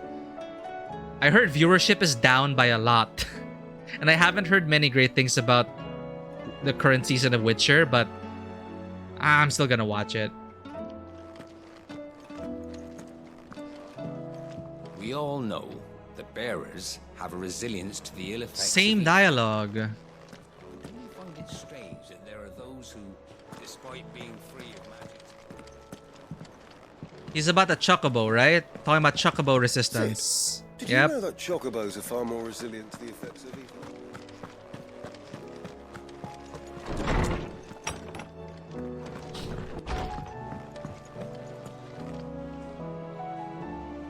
Yeah. Witcher 3, holy crap. That was definitely, I would say, an amazingly designed living world. It is so immersive. It is a great RPG. This game, you can't really compare it. I'm just treating this one as a straight up action game, honestly, with, of course, light RPG elements. But the game does invest a lot of effort in getting the side quests out of your way. They don't overstay their welcome. They're also simple, the side quests, and they don't take too long. And the world as well, there isn't much to explore, but you know, as an action game, sure, it's fun. But definitely, you do not play this expecting Witcher levels of immersion. It's not that kind of game, so you can't really compare it. But I enjoy this for what it is. This also, Yota, you were Pope zoned, pushed aside, and left to rot here in the hideaway. Thank goodness Sid made it home safely. His brother didn't look all that well, though. Oh.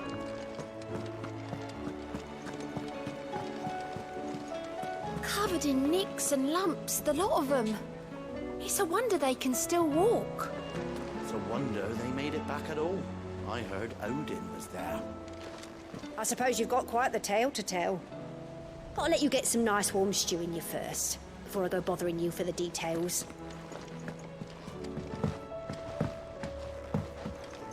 Witcher 4 needs better gameplay? Yeah, for sure.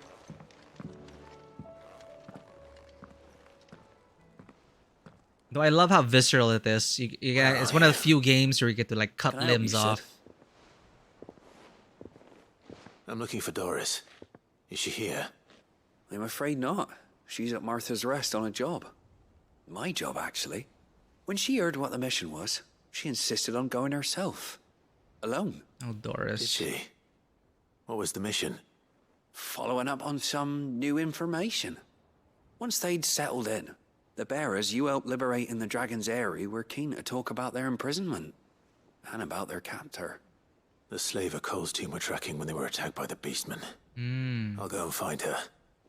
She's at Martha's Rest, you say? If she's not moved on already, yes. I hope everything's all right. Why would Doris insist on going alone? Maybe Cole was right to be worried. I would have gone to Martha's Rest with Doris, but she ordered me to stay behind.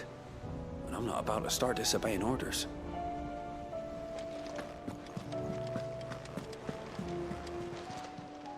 How are you doing? Here you go. Under new management, rekindling the flame 2, lines in the 3 quests. Hello.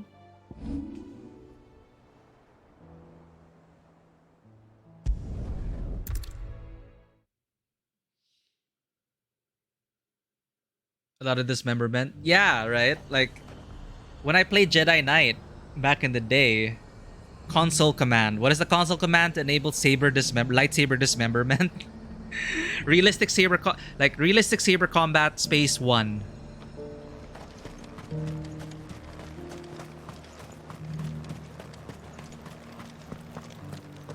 There were ghosts at the gates not days ago, and now you'd have us believe they're just gone.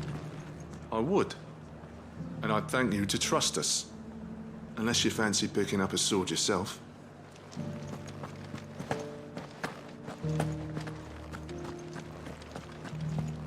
You needn't fret. The creatures have been dealt with. Yeah, but what if they come back? Is there anything we can do to help?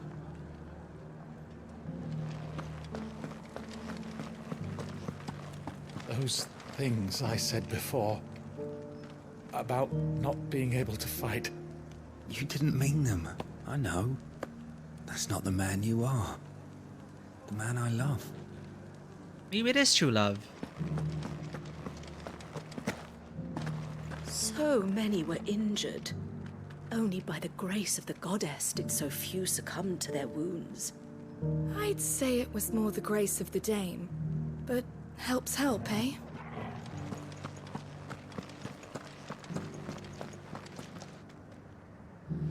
This is your favorite side quest town hub of the 3 major ones? Yeah, I keep asking for too much, but I agree, like, in terms of its design, at least.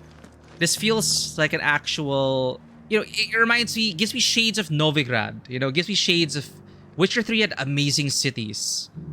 And that's what I found with the lacking here in terms of the quest hub design.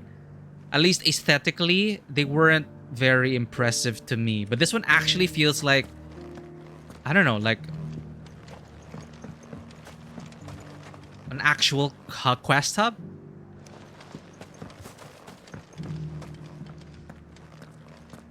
Feels more like a city, a town, right? It's just... yeah. Oh, Clive. What am I to do? My wards and I may soon be without a home. What? What's happened? The High Cardinal has descended from his lofty throne and taken up residence here in Northreach. The High Cardinal? Leader of the Council of Elders, second only to his Radiance at the head of the Imperial government. Not that any of those things still exist. Now he goes by his noble title, the Duke of Oriflamme. And what does he want with Northreach? He wants to transform it into a military stronghold, a foundation upon which to build a new Sambrek. He's already secured the support of the various army remnants, with promises that they shall be afforded the respect they deserve in his empire. One built on the confiscated property of the people. He would rob the populace to pay for it. Believe me, I have used every means of persuasion to discourage him from this folly. But for whatever reason, he will not listen to me. What does Captain Philippe make of this? When the town was under attack, it was him the soldiers rallied around. Couldn't he use that influence again? How?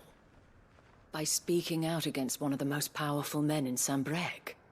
A man whose stated aim is to revive the empire Philippe's comrades swore to serve, and to improve the soldiers' lot within it. The captain can offer them a regular supply of gruel, and an occasional trip to the Vale to help them forget the terrors they face each day. The Duke offers them a vision of strength and safety. No. Any attempt to incite mutiny would cost Philippe the support of his men, if it did not cost him his life. But given the mood around town, mutiny may yet be unavoidable. The people have little appetite for further deprivation, least of all when it serves only to elevate others. And who could blame them? Clive, would you appeal to the Duke on my behalf? For your services to Northreach, you have the respect of the soldiers, and they will take you to His Eminence if you ask them. And unlike Philippe, no bonds of loyalty prevent you from speaking your mind to the man. Well, will you try? You could hardly fare any worse than I did. This one and Lost Wing feel lived. That's what I was. Yeah, that's a good way of putting it. Lived in. That's the word. That's the phrase I was looking for. Dalamil feels like it's lived in by a bunch of morons who can't allow to wipe their own ass. It is so not. I did not like it. I didn't even. I was surprised that that was a town. I thought it was just like a random stop on the way to the actual town, but that is actually Dalimil. It wasn't designed well at all. But yes, you were definitely right. Lost Wing, I also really enjoyed the air. You know, from Lost Wing and them rebuilding in the vineyard, I really liked Quentin's arc. That is a really cool arc. I love it. Lost Wing and Dalimil. Sorry, Lost Wing and what Northreach.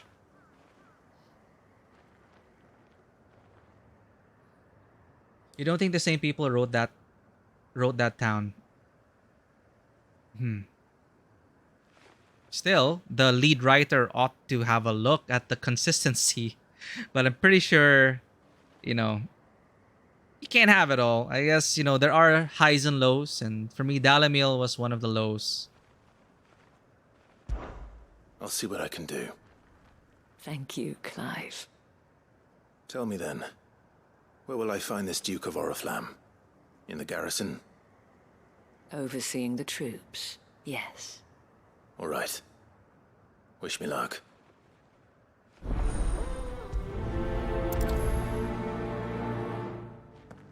The fact that the soldiers trust you may well carry some weight with the Duke. He needs their support after all. I only hope that you can make him see sense before he tears the town apart.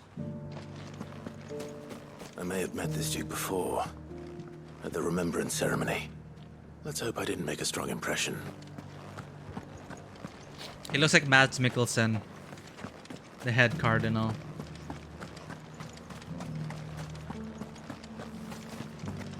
It's heartening to see that the Guard have rediscovered their purpose. I just hope they don't do anything stupid. We've lost enough people to those things. Once upon a time, there was a man who went to market to buy a bushelful of Gizal greens. When on his way home, a chocobo with a belly as fat as the moon appeared from behind a tree and devoured both bushel and man in one fell gulp. Fat chocobo. The end. That's not a very good story. No chocobo can grow that big. Can it? I've seen them. See, like that. Storyteller, children, people sweeping. Bard over here. The legionaries lay limp and lorn. Both heads and swords hung low. But at her touch they did rise up to meet their blue-eyed foe. It goes a long way to making a town feel alive.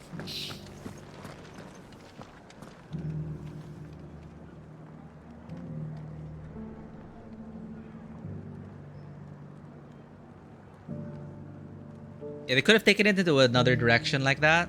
It also, yeah, it didn't leave a very, very good impression.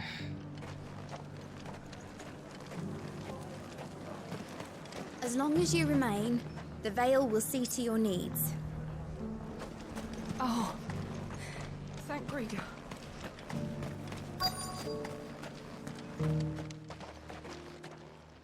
Halt! Oh, sorry about that. You're the dame's man, aren't you? You got some business with the captain? No, actually. With the Duke. I was hoping I might be able to speak with him. We're under orders not to let any civilians pass. But you should be all right. His Eminence has heard all about you and your heroics. Wait here. I'll go and ask. Heroics. Well, as a dame's man, of course, I guess. Wait till they find out I destroyed their mother crystal. You are the sellsword who lent his aid to the garrison. Oh, he looks The different. Empire owes you a debt, and I shall see it repaid. But tell me, is it wealth that you seek, or favor? Neither, Your Eminence. I thought only to inquire about your plan to turn Northreach into a stronghold. Ah, I see. You are worried the expanded garrison will render your services redundant. Yet you needn't be. A proud fighting man like yourself shall always have a place here. He has no idea. Pride of place, in fact. For too long has the contribution of the noble soldier been under-reckoned. But no more. For it is they who shall see the Holy Empire rebuilt, beginning right here in Northreach. Why here, Your Eminence? The town has been fortunate enough to escape largely unscathed from the recent troubles. Her defenses are sound, and her garrison well prepared. Which is more than can be said for Oriflamme or Twinside. The Empire wants for a capital, and I believe Northreach to be the perfect place. Yeah, they lost 2 capitals With already. Yeah. Caernarvon as her citadel. Once we have seen to the refortification of both the town and the castle, we need only build a wall around both to create a city that would be the envy of the twins. Plans are already underway for the construction. Soon enough, these thralls shall learn that they are no match for the might of Sanbreque. I fear you underestimate how dangerous these creatures are, Your Eminence. Should they return in force, you will need all the people of Northreach to come together in defense of the town. Something they may be loath to do if they've been deprived of their worldly goods. The people will do as their leaders command. If Sanbreque is to be rebuilt, she will require a functioning government. One whose authority is beyond question. That is why this levy is necessary. So that any man who wishes to join the army might do so and be fed, outfitted, and paid as befits a defender of the Empire. And yet there are those who persist in peddling the treasonous lie that I seek to steal from the people and drive them from their homes. I suspect they're afraid of losing what little they have left. Precisely. The common folk have little and less, and you mean to deprive them of even that. You would sow the seeds of your new empire in your own salted earth. Sabine, we have discussed this. Sabine? Yes, and I told you then how putting the empire before her citizens would lead only to revolt. Without an empire, there are no citizens. And in yours, there will be only beggars. Is that what Griga wills for her people? Do not take her name in vain, Sabine. I'll come back later. The citizens revolt. I wonder what the people really think of the Duke's plan. It wouldn't hurt to ask them, I suppose. Let's begin with those on the other side of the wall. Sabine, you are embarrassing me. You're embarrassing yourself. Listen to the woman. If we get DLC for this game, you hope it's closer to Heart of Stone. Oh yeah, I mean like, I really wish we would get that. I'm not expecting that. Because, you know, Heart of Stone and Blood and Wine as expansions, as DLC is a pretty high bar.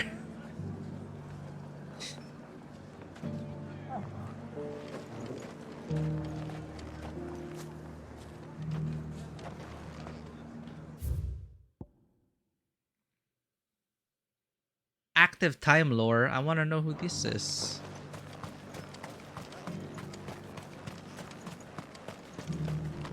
I left everything in the capital. What am I to do? Where am I to go? You don't have to go anywhere. The Dame will see you taken care of. As long as you remain, the Veil will see to you.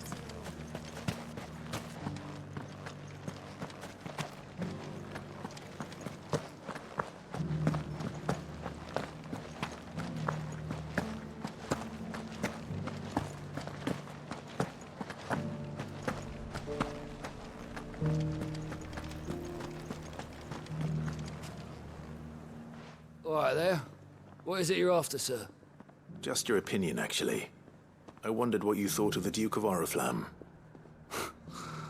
Oh, him. Not much.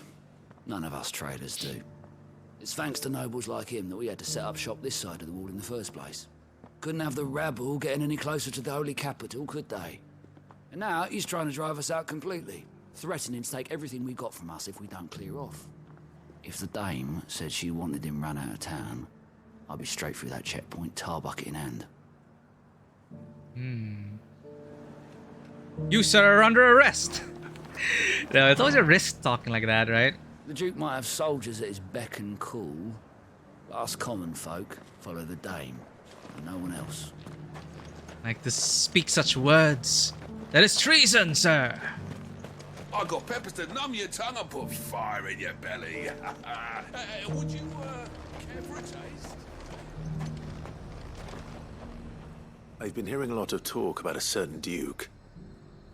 Nothing good, I'll wager. Going around acting like he owns the place.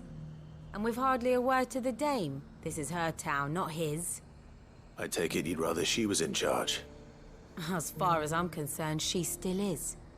Just need his eminence to sod off back to Oriflamme. Ma'am, that is treason. The dame actually cares about this town, unlike the Duke. He's only interested in picking our pockets to line his own. You know what the solution is? Murder.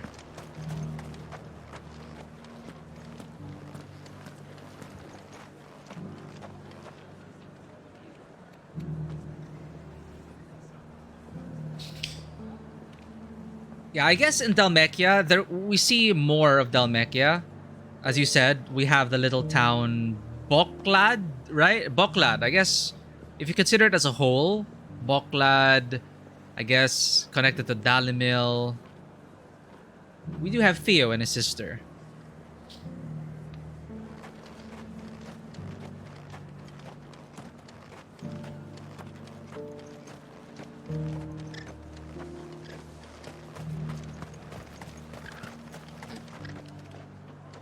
A question, if you don't mind. What do you think of the Duke of Oriflamme? This is so suspicious. Don't get me started. So, what do you think about that, Build a Emperor? life for yourself somewhere, earning for some noble to turn up and tell you you've got to hand it all over to him. If he thinks his name and his chains give him the right to empty our purses, he's in for a rude awakening. We'll do whatever it takes to keep what's ours. Whatever it takes. Well, the people seem united enough. What about the soldiers? So this is the beginning of democracy? If he comes calling, the only thing I'm giving the Duke of Oriflamme's a piece of my mind. Maybe a smack in the gob. No more emperors! No more nobles! I heard the dame got an icon to rid the meadows of those ghasts. Oh, come now. She surely cannot count a dominant amongst her clients. Can she? Well, I'm very dominant. Beginning of revolution. That's a better way to. That's a better word for it. There were ghosts at the gates not days ago. And then we're gonna get elected officials. The Dame being one of them.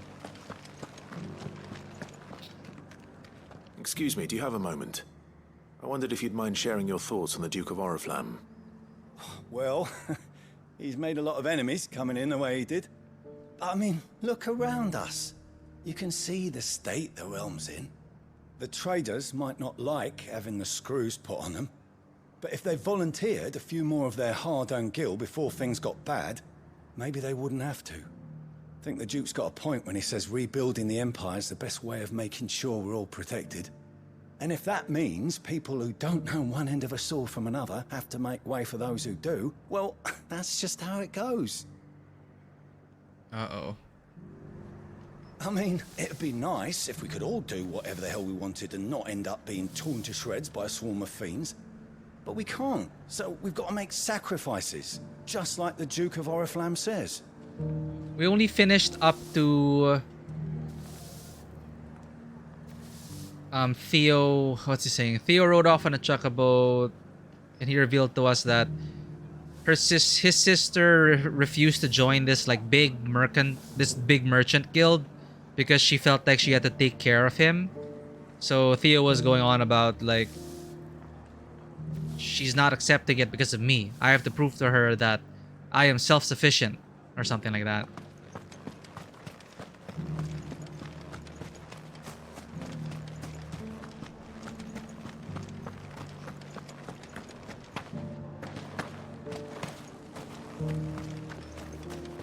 Soldier, what do you think of the Empire? You're the one who was talking to His Eminence. On the Dame's behalf, yes. I was trying to persuade him not to take the people's goodwill for granted, but it seems my words fell on deaf ears. What do you think of his plans? I'm a soldier, mate. He tells me what to do, not the other way round. Listen, I've got nothing but respect for the Dame, but I've got a family to look after. That's where my loyalties lie, not with the town or the Empire, but with my wife and children. If the Duke can get us cement and the equipment we need to fight off those blue-skinned bastards, I don't care how he does it. I wouldn't be here today if it wasn't for the Dame, but I'm with the Duke on this one. If turning this place into a fortress is what it takes to protect my family, I'll do it.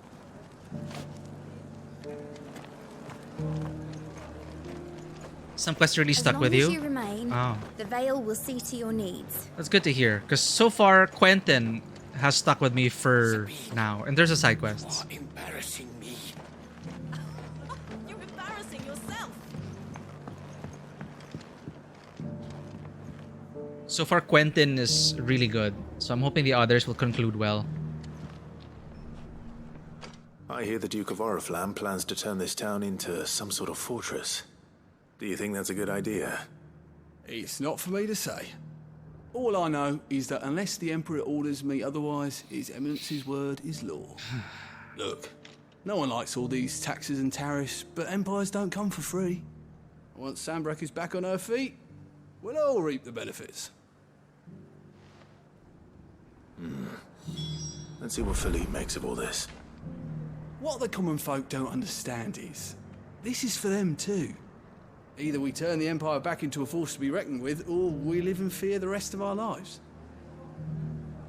Them's dangerous words, sir.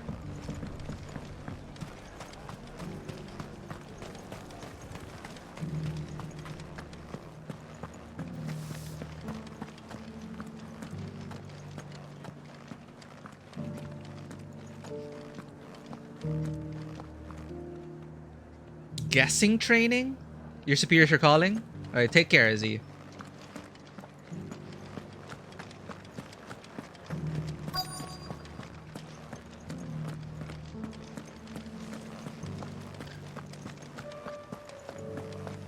Also, this view, man.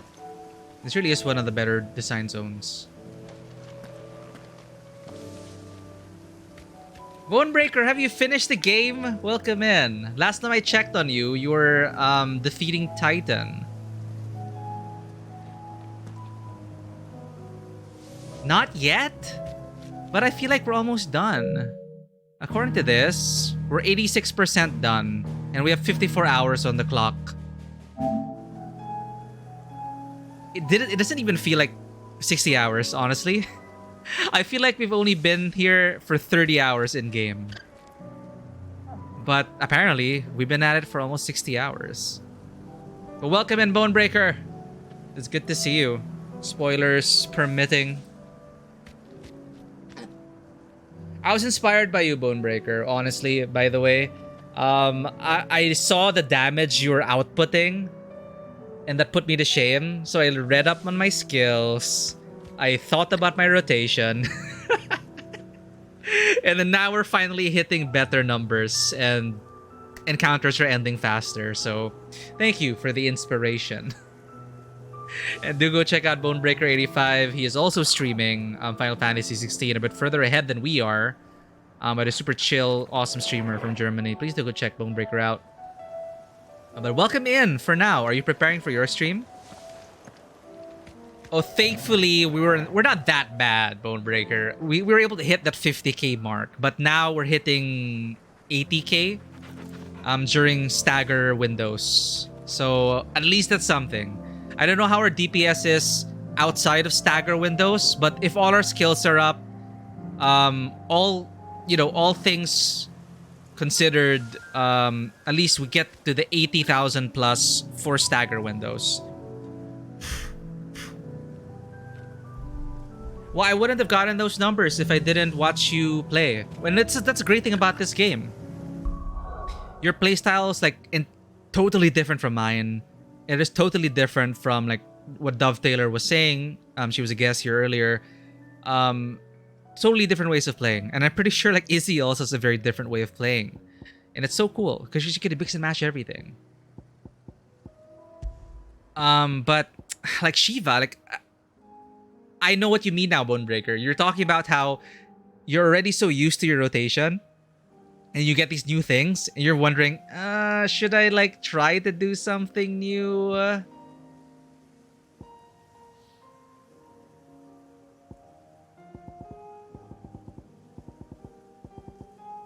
So I don't know like what we're going to do about it. Wait, not prepared for what?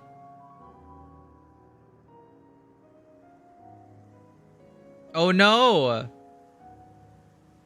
Oh. Haha. I wonder what happened there, Bonebreaker. Sorry about the spoiler, but don't worry. Of course I'm not gonna tell you what happened.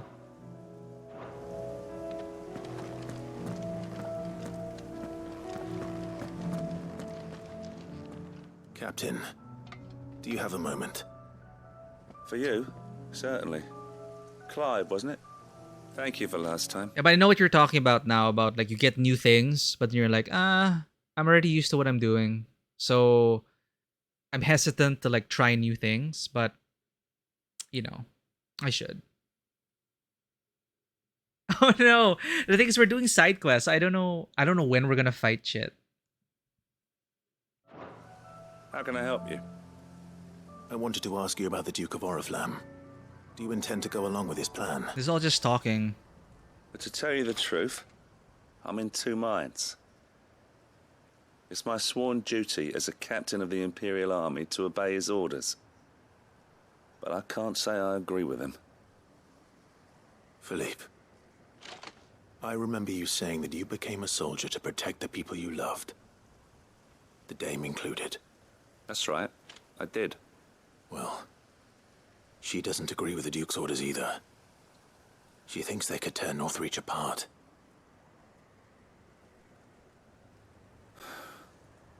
And she's probably right. Thank you, Clive. I know what I need to do now. Protecting the people I love is what matters. Doesn't matter how.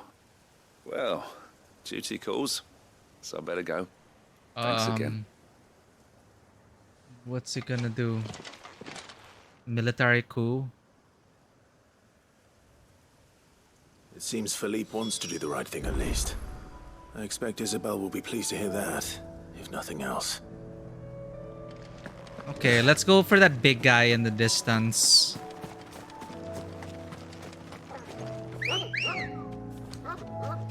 I'm not used to my rotation yet, totally, but you might get an idea of what I'm trying to do. 41. Be safe.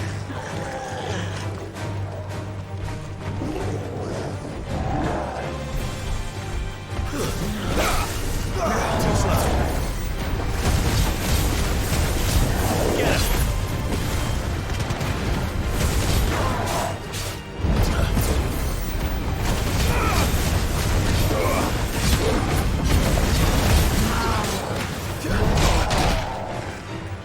Whoops.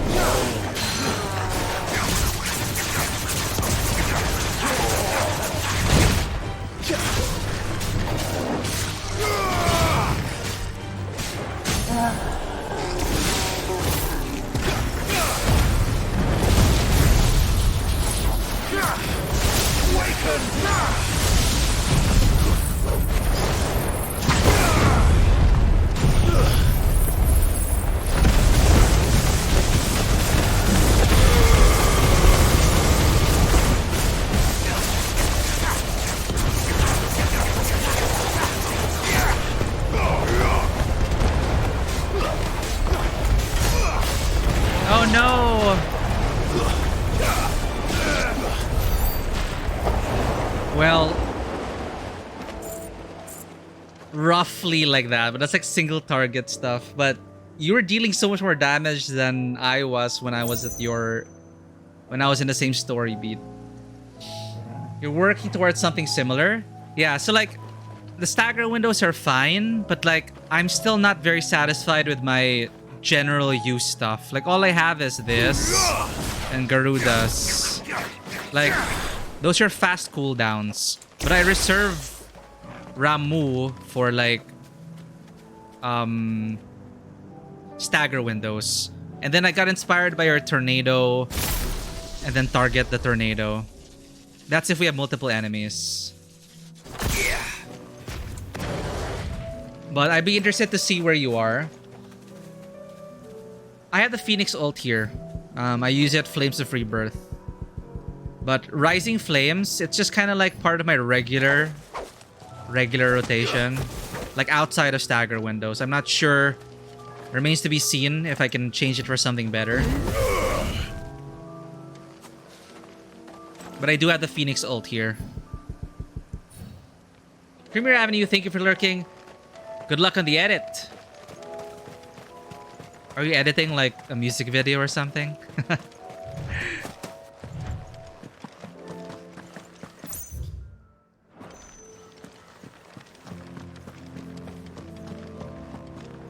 Speaking of abilities, I should probably...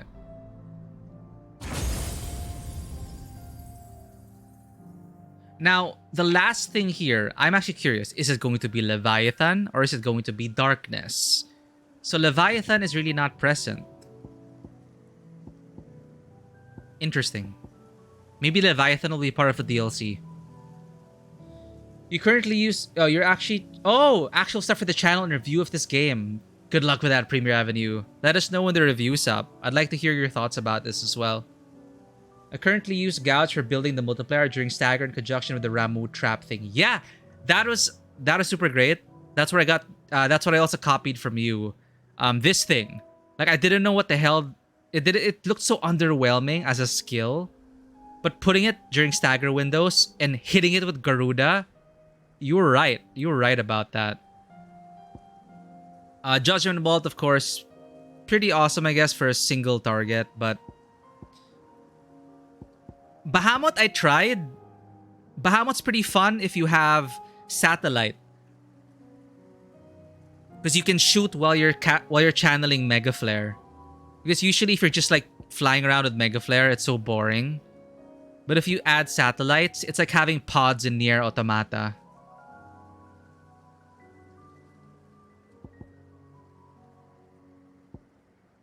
Wait, no! Is this another spoiler?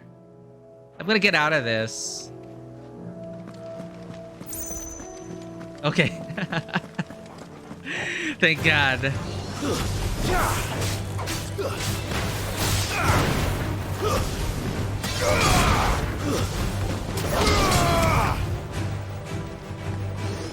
I also didn't know about Precision Sync. Like... Over here! And the higher you are, the more damage the down thrust does.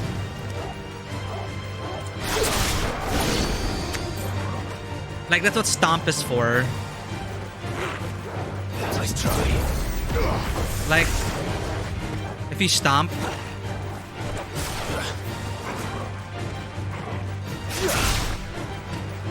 He's too small. But there's an extreme down thrust, which is cool.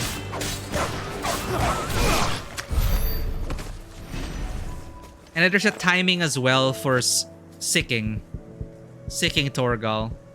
I only learned it through the tutorial, the training room.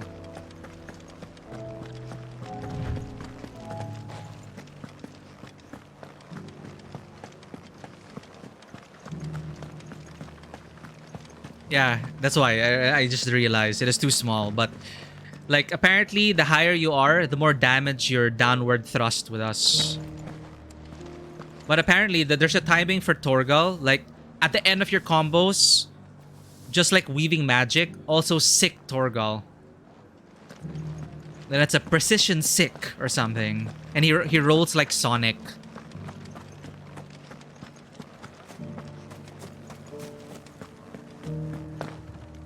Those things I said before. Like 1, 2, 3, 4, sick.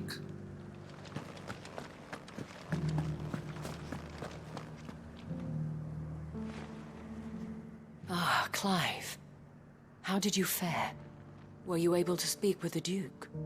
I was, but... Yeah, I was wondering as well, like, what is precision sick? And parrying, most of my parries are accidental. So Northreach is to be a fortress after all. Well, it will certainly help to hold back the thralls.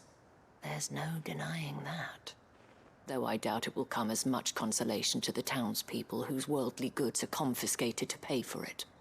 They deserve to be heard, Clive. To have a say in this new empire the Duke means to build. Sadly, His Eminence values their obedience more than their opinions, and hopes to reassert the authority of the state. I fear he sees the people as mere pawns on his chessboard to be sacrificed for the greater good. Needless to say, they themselves are of a different opinion, and would rather their destinies were in your hands. The soldiers, meanwhile, are content to follow their orders. And not just because of the Duke's rank, but because of his vision. I thought as much. Had I sworn to protect Sandbreck, I dare say I too would want nothing more than to see it rise from the ashes. Thank you for trying. But the battle is lost. I don't know about that.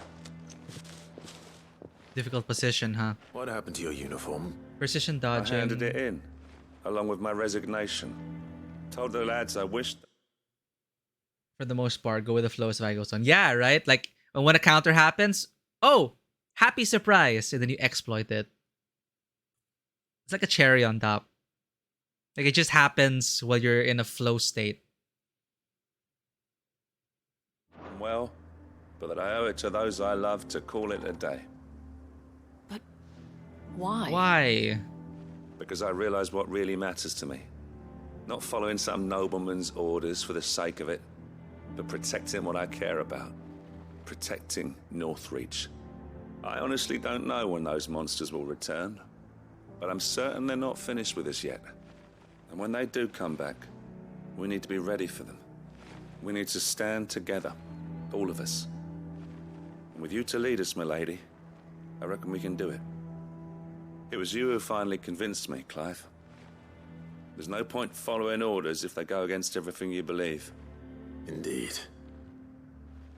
All of us, standing together. That has always been Northreach's best hope, and one which still lies within our grasp. We have only to turn our attentions to the true enemy. Thank you, Philippe, for showing me what I must do. What must you Anything do? for you, milady. Speaking of standing together, would you mind if I borrowed a few of the lads from the Vale to help keep watch around the town? I fear His Eminence has loftier tasks in mind for the guard. Not at all. Be my guest. Wouldn't be the first time.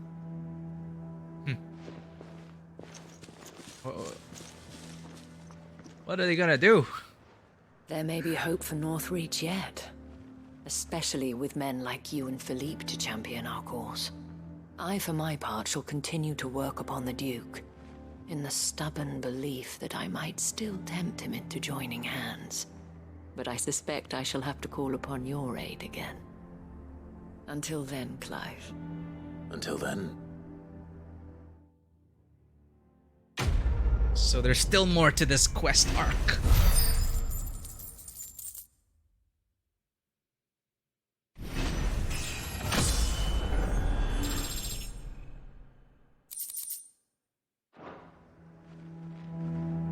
Despite my repeated advances, His Eminence has proven a difficult conquest.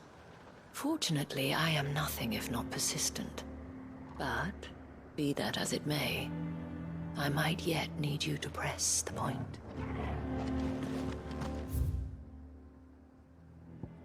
Even weirder science. Alright, let's get that side quest out of the way. So many were injured. Those things I said before.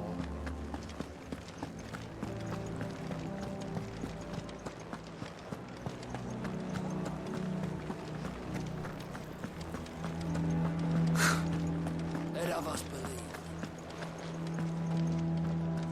You've heard then? The Duke plans to make Northreach a fortress and would have the townspeople pay for it. We are not only to build his walls, but feed his army and fill his stores, all for the privilege of living under his rule. Uh-oh. What did the Duke expect? That the merchants would just smile and hand over the keys to their coffers?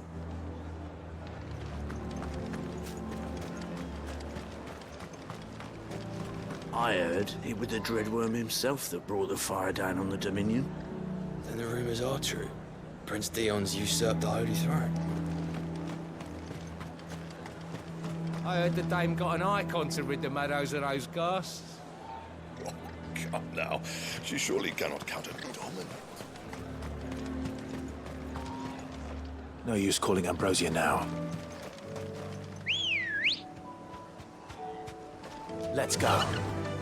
Fly, Ambrosia.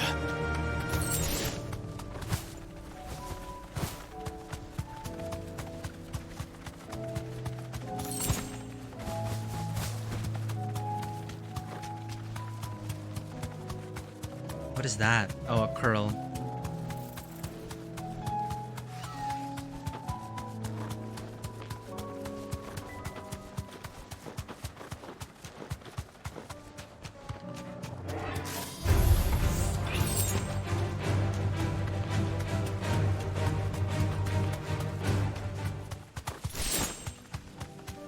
Here we go. I'll need to deal with these ones first.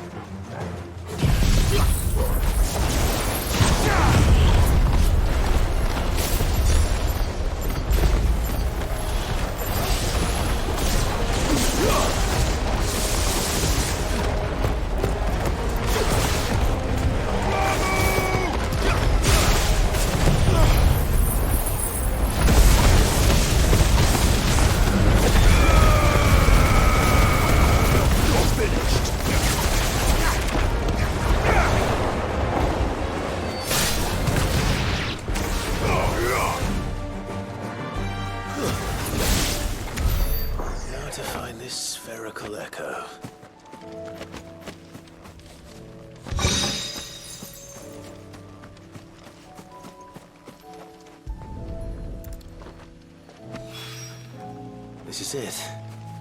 Right then. Just two more to find.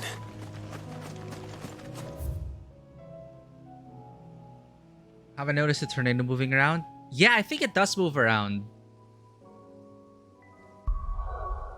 I don't know about manipulating it though. I think it just seeks the nearest targets.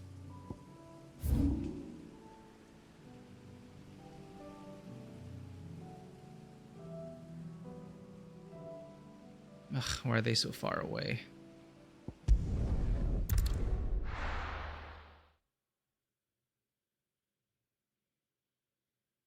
But I also like how you are able to gather the opponents more efficiently and make sure that they're all in the tornado. I get too lazy for that. Faster!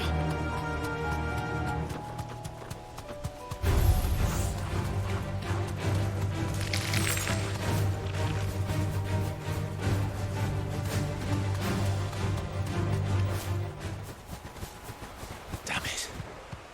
The whole village has turned. Back to the stables go. Stay down!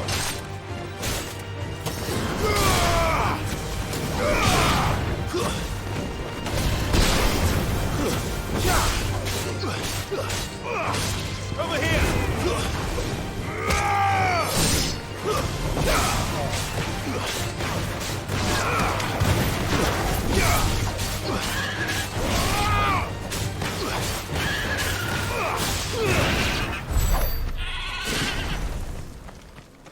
Are we even going the right way? Yeah.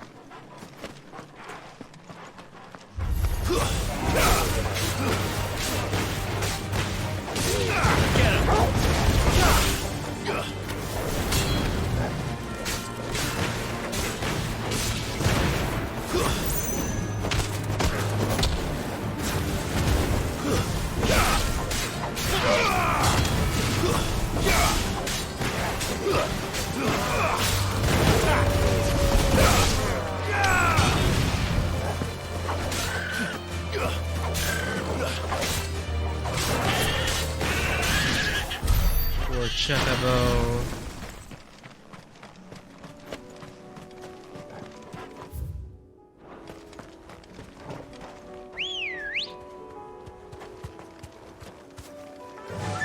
You're doing good, Ambrosia.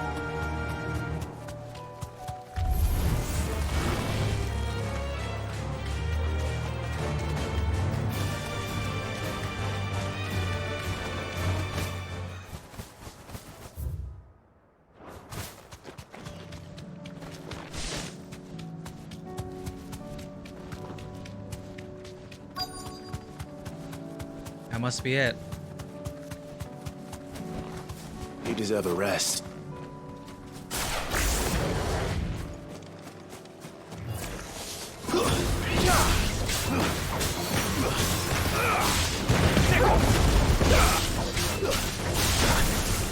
What?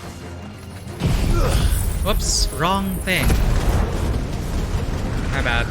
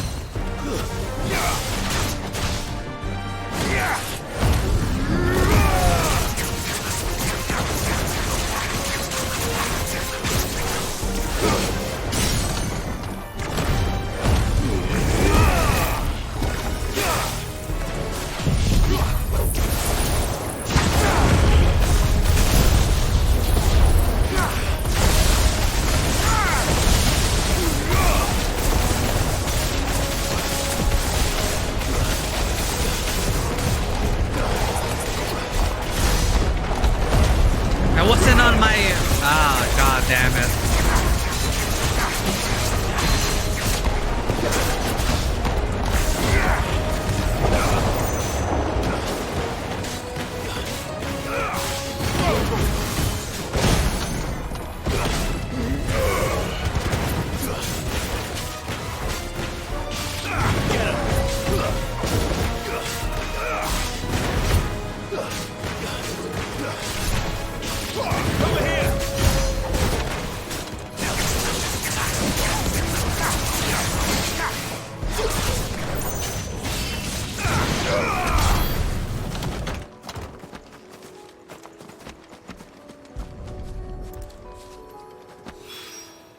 Two down, one to go.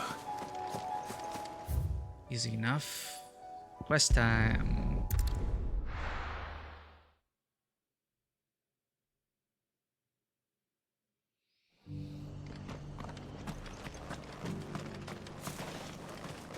Wonderful creatures chocobos are. They're fast. Doris should be somewhere nearby. Assuming she's still here.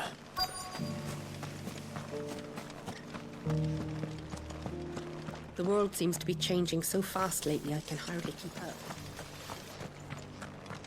I've got greens of all shapes and sizes. Colours too. Looking for shelter. Mostly green though. Come on inside. I'll introduce you tomorrow. Where's Doris? Just because the heavens have gone to rack and ruin, it don't mean we have to. What are you after? Thanks very much. There you go. Fare thee well.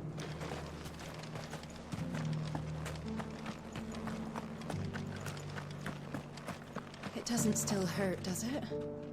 Oh, there's thousands Doris. of Kashik jaws couldn't hurt me. I'm a son of Rosaria, after all. A born survivor. It's been a pleasure, Doris. Just like old times. I'll give your offer some thought, my lady. How goes the investigation? Sid, what brings you to Martha's Rest? You. I heard you were out here on your own, tracking our slaver. I trust you're being careful. Of course. And it had to be me.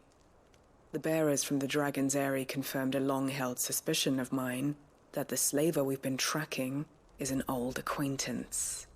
She's no fool. If we'd come in force, she would have spotted us straight away, and then vanished without a trace.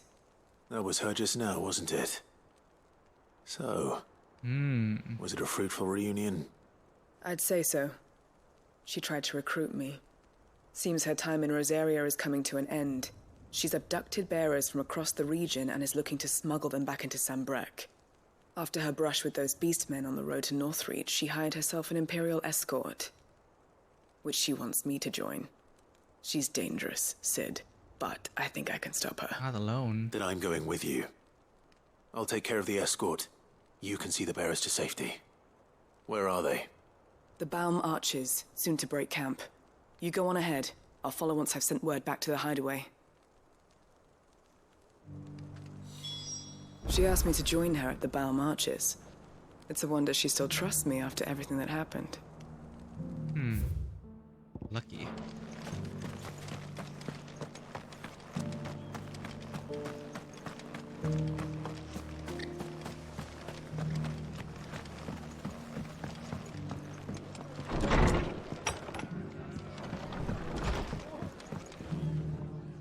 Ah, Clive, I was just about to send for you.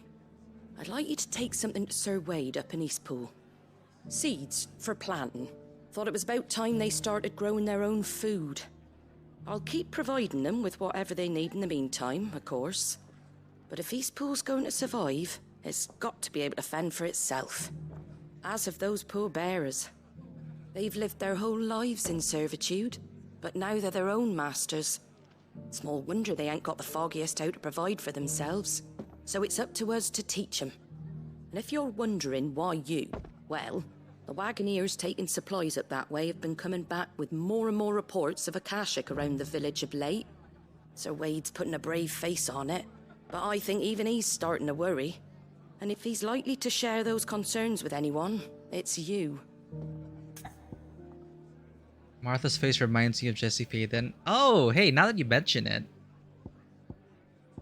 Cannot wait for Alan Wake 2. I wonder if Jesse is going to have a cameo in Alan Wake 2. I love Control.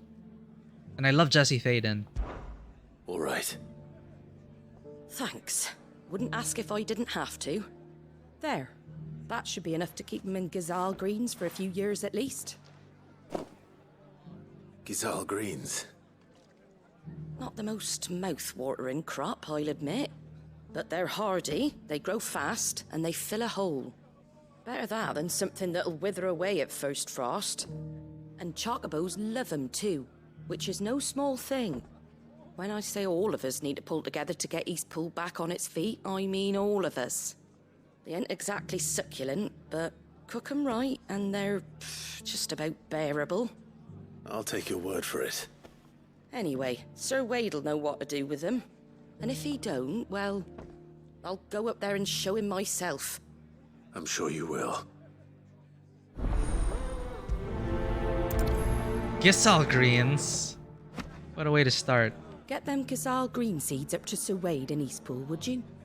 And while you're there, ask him what the situation is with the Akashic over that way. He might actually tell you the truth. Control was awesome, don't care much for Alan Wake. Yeah, I totally preferred Control. Alan Wake 1 was okay, but the Control Alan Wake DLC really made me interested for Alan Wake 2. Like when they brought everything together.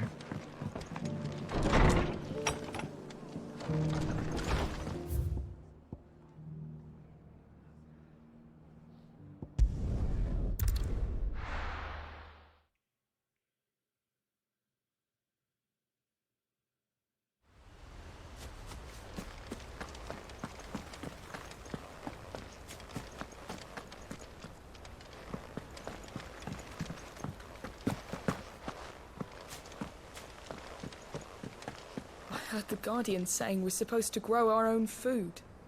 The victuals Martha sends us are more than enough for me. Oh no. Can't have that.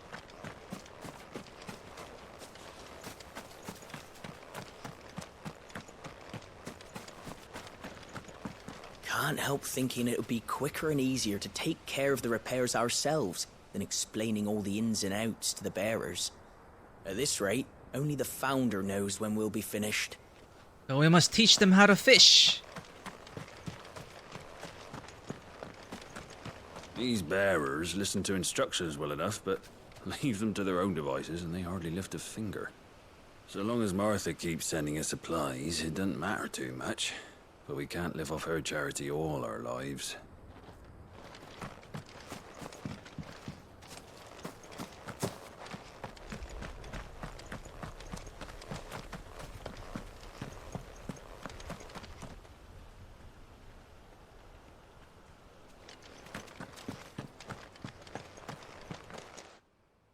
Ah, Lord Rossfield. What brings you to Eastpool? A delivery from Martha. Giselle Green seeds. While chocobos adore Giselle Greens, their human masters find them significantly less toothsome, turning to them only in times of hardship, most often after their faithful steeds have already been added to the pot. Oh no.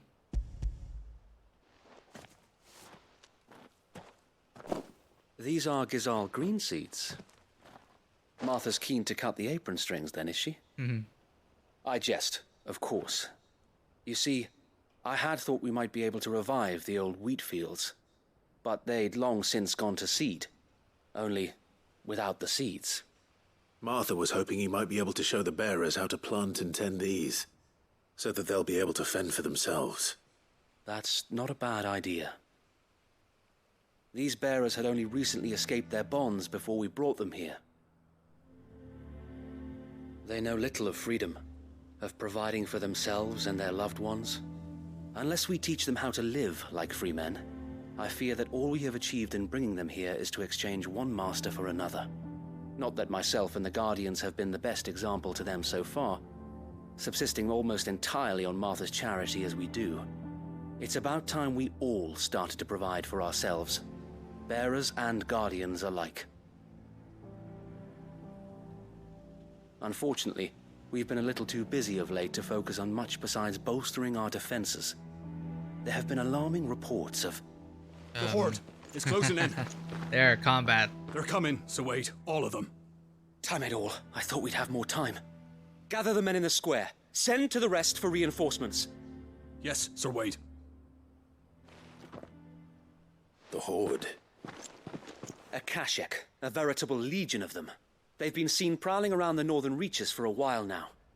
We don't have the numbers to hold back a swarm that size.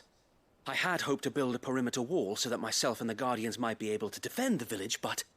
Now you're out of time. Precisely. If reinforcements from the rest arrive before they do, we may just scrape through, but I fear that's rather an enormous if. What if you could call on reinforcements from Eastpool? You mean the bearers? We brought them here so they might live, not die, fighting for their lives. So wait. You said you lack men to defend the village. Are the bearers not men? Do they not wish to see Eastpool saved? Though they may not be trained soldiers like your Guardians, what help they are able to offer could still prove the difference between victory and defeat. You're right, my lord. I will appeal to them. Makes sense. Have you encountered this iteration of Biggs and Wedge already? Not yet. I've not yet. I'm not sure if you already encountered them, just under different names, or if they're My really friends, Biggs and Wedge. Not I yet. humbly beg your aid. We Guardians are few and our enemies many. But I swear we can defeat them with you at our side. You would send us to the slaughter, to serve as bait for those fiends so that you and your men might be spared. And to think we trusted you. Say what you will, a home is not worth dying for. But it is worth fighting for. Sir Wade fights to give you lot a chance. Just like I do. Just like Sid does. We all wanted to give you a home where you could be free. And you got one, didn't you? This place, Eastpool. This is your village. Your home. And if you don't fight to protect what's yours, you'll lose it. You know I'm right. This world wants to take everything from you. Everything. Your homes, your freedom, your very lives. So then, are you going to stand by and let that happen to you? Are you going to accept fate like good little Bran did and die, having never stood up for yourselves?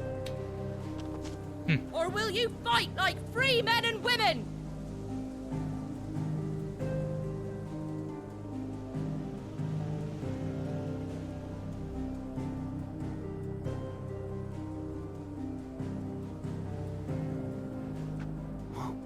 What are you doing? All right. Give me a sword. I never dreamt I'd have a home of my own. And now that I have, I don't want to lose it. I will protect what's mine, or die trying. We all will. Free men and women, fighting together.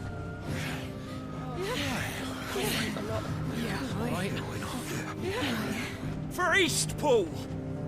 For Eastpool!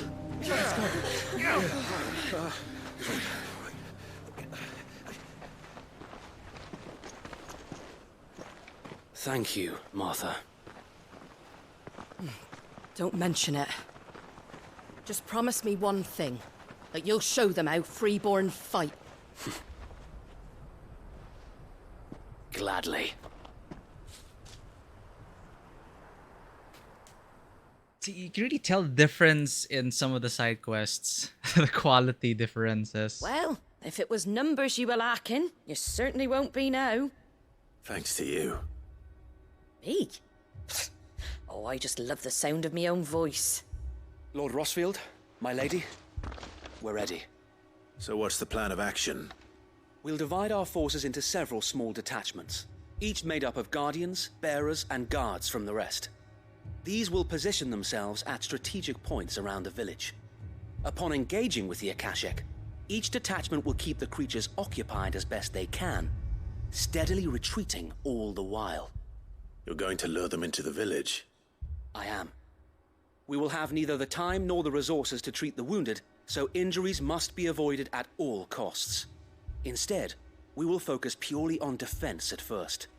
By coordinating our withdrawal through the use of messengers drawn from among the bearers, we will aim to have the swarm converge at a point of our choosing. With luck, that point will be the village square, the perfect place for our most able warriors to surround them and fall upon them, and for you and I to finish them off. A sound plan, but one that'll require a leader with a cool that's head a lot and of strong moving nerves parts. to coordinate the retreat. I'd say you have both in abundance, Sir Wade, but you'll be needed. Please, leave the last of the fighting to me. Ha! And let you have all the glory. Sir Wade! They're here! Then you know what you must do. We work together, everyone playing their part, each shielding the other that no man might fall, that Eastpool might live on. For Rosaria! For Rosaria! We've no time to argue, my lord. I'll do as you ask. And I will do as you ask. Suppose we'd better do our bit too then, eh? Right you are, Martha.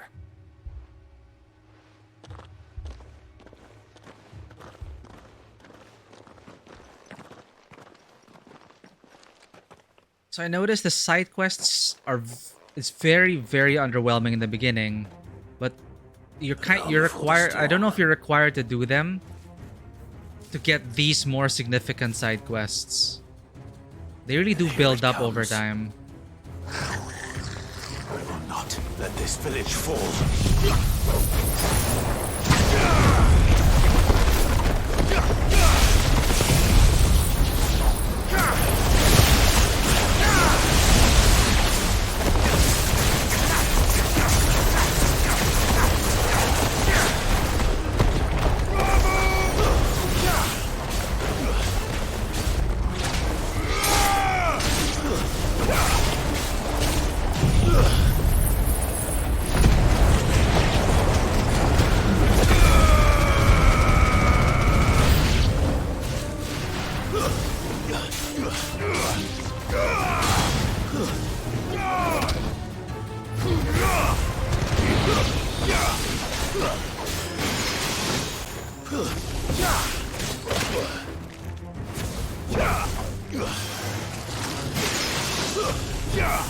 on.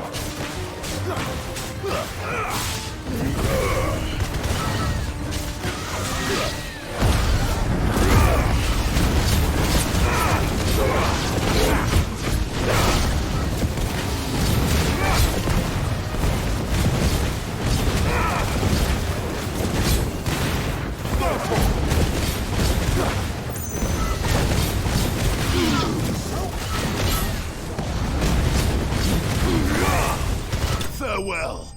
Oh, that's it? Okay. Yeah, so someone was telling me, like, no spoilers. They were saying, like, yeah, do all the side quests because it'll build up to things like this. So it's unfortunate that they were so weak in the beginning. I'm not sure how they could really fix that, but they really felt so insignificant and useless. But they slowly started to grow as you did them. So, like, ideally, actually, I would say you would miss a lot of the game if you just skip the side quests. But the initial side quests don't give you much confidence in continuing them.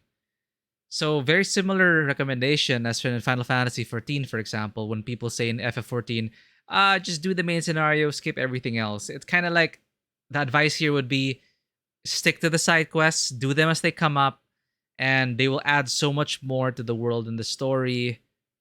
It'll pay off. You have to like tell people, don't worry, it will pay off. Looks like that's the last of them. Lord Rossfield, change of plan. What is it? Owl from the rest. An Akashic curl's been sighted on Rhiannon's ride and is headed in their direction. Well, the better half of her guard is here. So wait, how many Akashic remain in East Pool? Hard to say. My men are still facing some resistance, but I think the worst is behind us. I could order a detachment or two to fall back and... No. Let them finish the job. You stay here too, Sir Wade. Your men need you. I'll go after the Curl. Join me only when East Pool is won. If you're sure, my lord. Excalibur needed to get the ult weapon. Is it? Huh, I did not know. Alright, take care, Bonebreaker. I thought Excalibur was just like a cool weapon to have. Did not know it was required for the ult. But yeah, the hunt marks are also... If you want better equipment, the hunt marks are there. Like, if you just... It's the total opposite from Final Fantasy 14, where you just tell people, stick to the main quest and the unlock quests. Do not play anything else, or you will get burned out in FF14. Here, it's do all the content so you can be rewarded with more story arcs and better equipment. May the Founder protect you.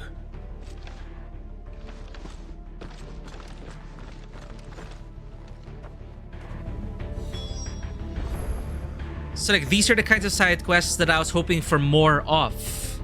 But the initial offering of side quests were just so underwhelming.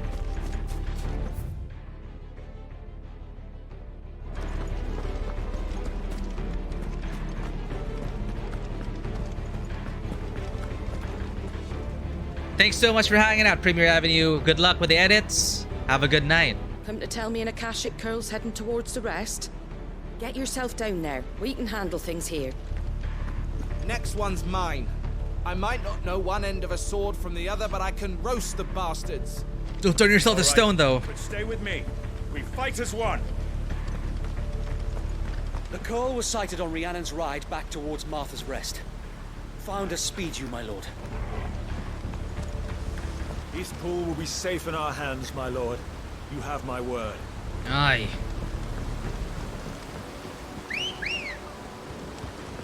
Ready, go?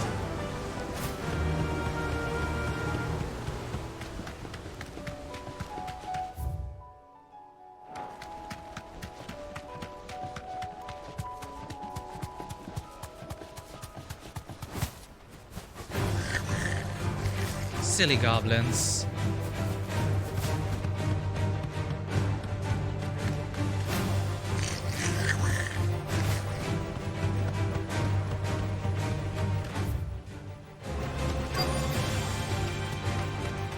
Hello, Curl.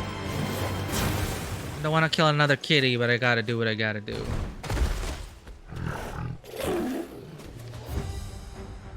Dove Taylor, welcome in. Oh, you're doing Savage Frog? Oh, that is intense. I do miss Savage Frog. You got a good static and everything? Welcome in.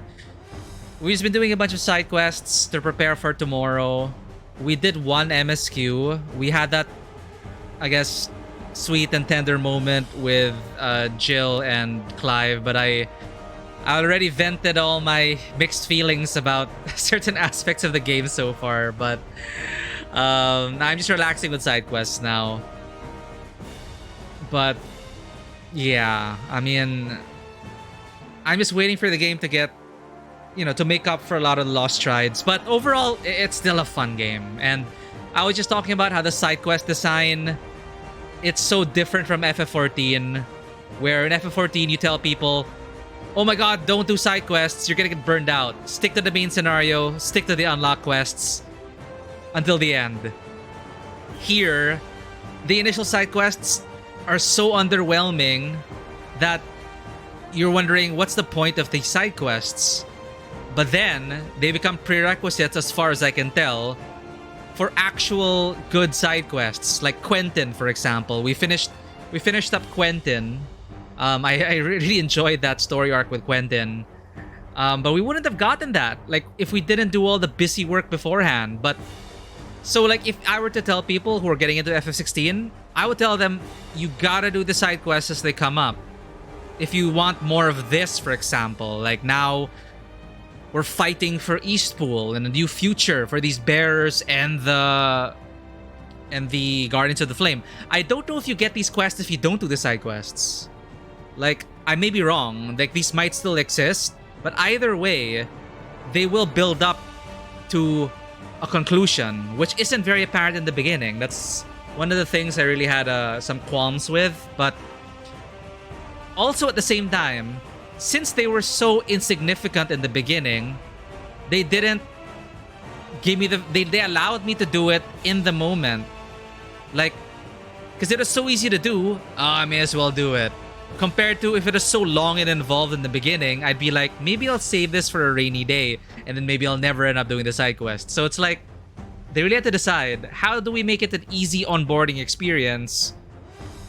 And I think they decided, let's give them pieces, morsels of it, nothing too big, and then give them a big reward at the end for like doing it like dailies or something. You don't think they will if you don't do them. And see, that's a huge miss if you don't, right? Because this game is already so focused on the main scenario. It does so little with the rest of its world. And this is all we're getting. So, anyway. Then I had all sorts of thoughts about Jill and then how that moment went on. But, I mean, we can like talk about it once we're done with the game. I already told myself, I keep telling myself, please. Just enjoy the game first. Finish the game first. And then I can like talk about everything. For now, we'll put down an Akasha Kitty, sadly. But welcome in, Dove Taylor. There it is. We also optimized our rotation, kinda.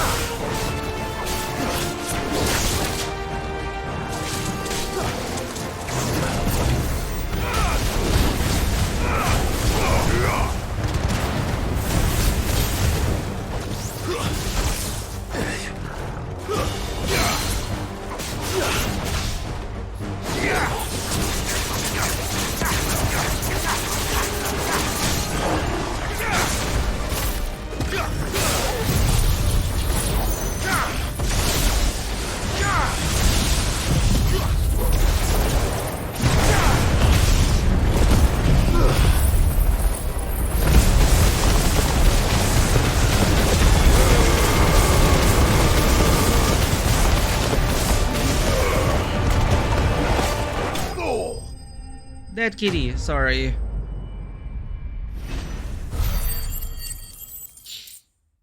You look forward to these chats. You miss your rambling. Okay, I do tend to ramble on, but yeah. I mean, it's a good thing that there's a lot to talk about, and it's not like a dumpster fire. Definitely, the game is not a dumpster fire. It is overall very entertaining. All right. Yeah, Lichcast also has many feelings. A lot to unpack. But, like, sign me up for a trilogy of this 16-2, -3, -20. There's so much more to tell with this foundation. I think, but I don't know how it's going to end, so we'll see. Lord Rossfield, the Curl, is it? It's always a It's curl. dead. Thank the Founder for that. And for you, my lord. We were able to eradicate the rest of the Horde. I have guardians posted around the village to keep watch for further attacks, but all seems quiet for now. I hesitate to say it, but I think it might be over. I think it might.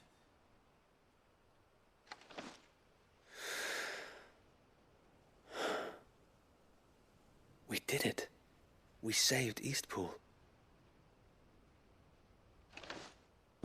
Thank you, my friends. Thank you. No, Sir Wade. It's us who should be thanking you. You brought us together. Showed us what it means to fight for what you hold dear. We never had nothing to call our own before. We didn't know what it meant to protect it, but now we do. We really do. Forgive us, Sir Wade. You and your people saved us, and still we doubted you. But there's no doubt in my mind anymore. We're free men now, so we have to start acting like it. We have to fight to protect what's ours, to protect Eastpool. And we shall. We all shall. Together. This is our home. And if anyone or anything tries to take it away, they'll have us to answer to. Come on then. Let's get to work. This village isn't going to rebuild itself. Happy ending? Yeah, they need a lot to... They've been through a lot. They're Of not course, we slaves can't anymore. spend too much time on it, so... they're Rosarians. Your father took pity on the bearer's plight, and I believe if he were still with us today, this is what he would have wanted. I believe you might be right. I shall remain here, my lord, and do what I can to help rebuild the village. After all, this is my home now too. And I could hardly call myself an Eastpoolian if I didn't pull my weight. I think you'll find it's East Pudlian, Sir Wade. East Pudlian? But you should be proud all the same. I'll have to pull my weight too. Can't have the rest getting outclassed. Speaking of which, I ought to be getting back. Can we continue to count on your support, Martha? Of course, and I'd be counting on yours too. Us Rosarians have got to stick together, haven't we? Indeed we have. And Clive, come by the Golden Stables when you get the chance. I ain't paid you for delivering them seeds yet. All right. I will.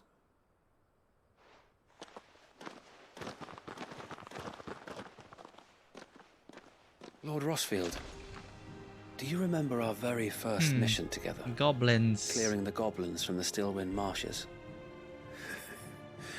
How could I forget?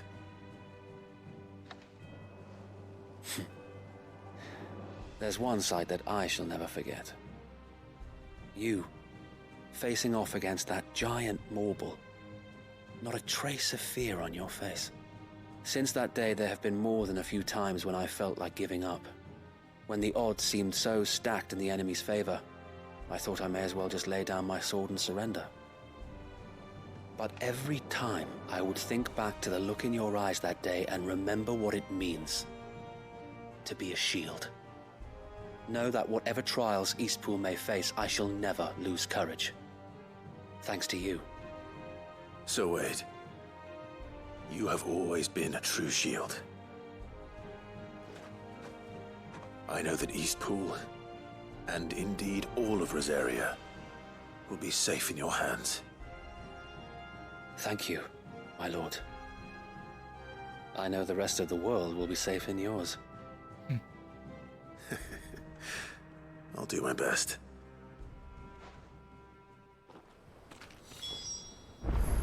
Thank you again for all you have done for me and mine, my lord. You may rest assured that Eastpool will be safe in my hands. Thanks to you. Yay. We defended Eastpool once, and we can do it again, and again, and again. Thank you, my lord. You showed us what it means to fight for what's ours, and we shall strive to follow in your footsteps. We couldn't have done this if we hadn't all pulled together. Even you and Martha chipped in. We owe you a debt of gratitude, my lord. Nice. All right, let's get out of here.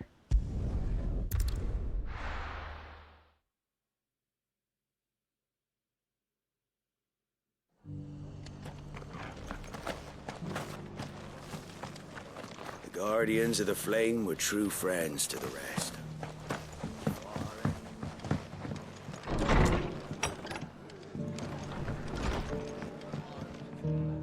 The hero returns. It's lucky you came by when you did, eh? Yep, fast Not travels only is did my godsend. seeds get delivered, but you went and saved Eastpool and all. I just did what I could. And it's only right that you get rewarded for it. Take it before I change my mind. Thank you, Martha. So, Eastpool's finally back on its feet again. And a home to free bearers. Who'd have thought we'd see the day, eh? Well, it was your idea. I know that, but I never stopped to think what it would mean. Bearers in charge of themselves, thinking for themselves, working for themselves. Like your hideaway, but not even hidden away. Though I suppose the rest ain't much different nowadays. You know, bearers living free like that reminds me of when I first met Sid. Loath as I am to recall that particular day. I take it you didn't always see eye to eye. What happened? Well, if you really want to know, I started doing what I do long before I met Sid. In fact, that's how I met him. Or at least how he came to meet me. Aw, flashback. He showed up at the stables one day, asking questions about who'd been buying up bearers. Founder knows what he thought I was doing with them. Running a hunt, poking around in their innards. Something awful anyway. Me, I thought he was a new constable. Thought the game was up. But somehow we both managed to work out what each other was about. And before I knew it, the cheeky arse was rattling on at me about how I was doing it all wrong. After all my hard work. Told me I was giving them relief, but not freedom. That my bearers were still dying as slaves. Got right under my skin, it did. Told him if he didn't like it, he could bugger off and report me to the garrison. And do you know what he did? He smiled. And then he laughed. And then I did the same. We made a pact that day. That whenever one of us was in need, the other would always be there for him. And you were? Well, we both wanted the same thing. To make life better for bearers. Just like your dad. Do you know I was born right around the time Elwyn became Archduke?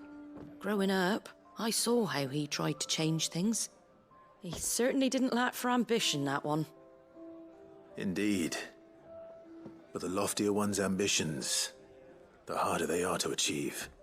Which is why those of us who follow in their footsteps need to finish what people like Sid and my father started. Suppose you're right, aye.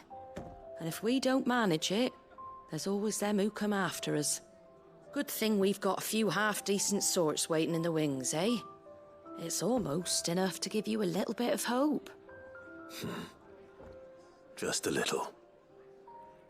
Anyway, enough nattering. Better get back to work. Let's see about making everyone some dinner, shall we? The least the folks who saved Eastpool deserve is a hot meal.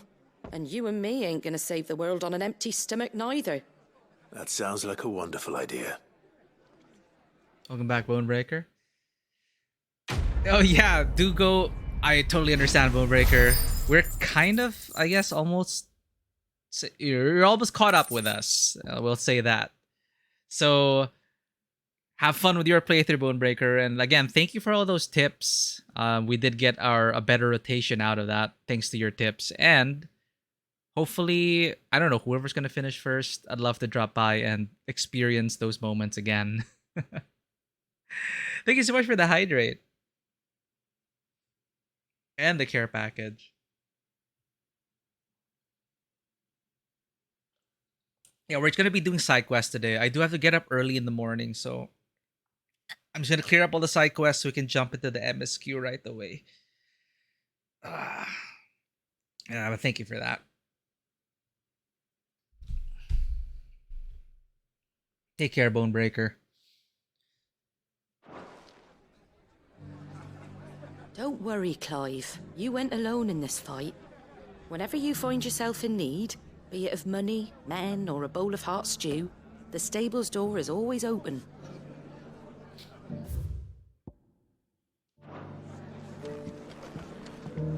Can't say it wasn't a relief to see the better part of the Guardians. Okay, what's next? We have a side quest over here, self-determination. Start here.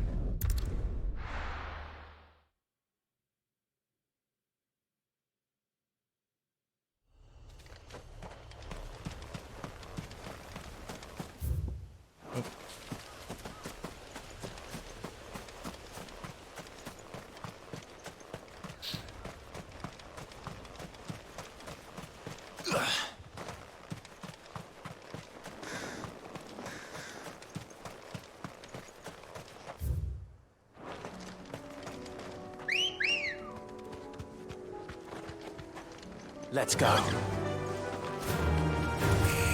Time to fight. Hold up. Do you have to be up there? Ah, no. No. Over here. No! Invisible walls.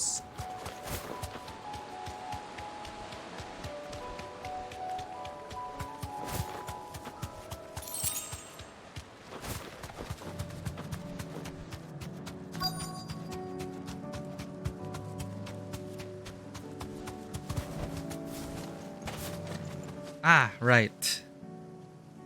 Doris's quest. Good. They haven't broken camp yet. How did Doris come to know a slaver, I wonder?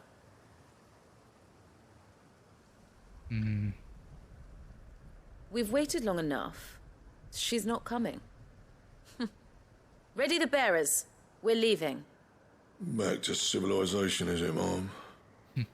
With all haste, lest any of you lackwits start talking like these feckless bumpkins. I presume your men are ready.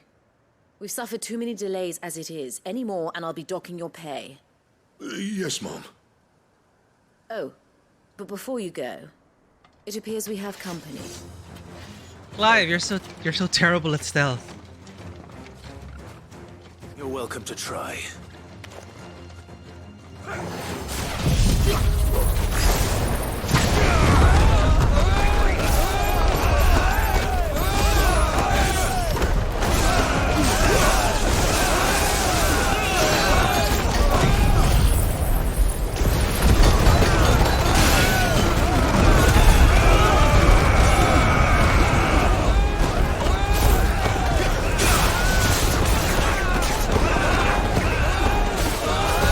Well, that's embarrassing. Wrong placement.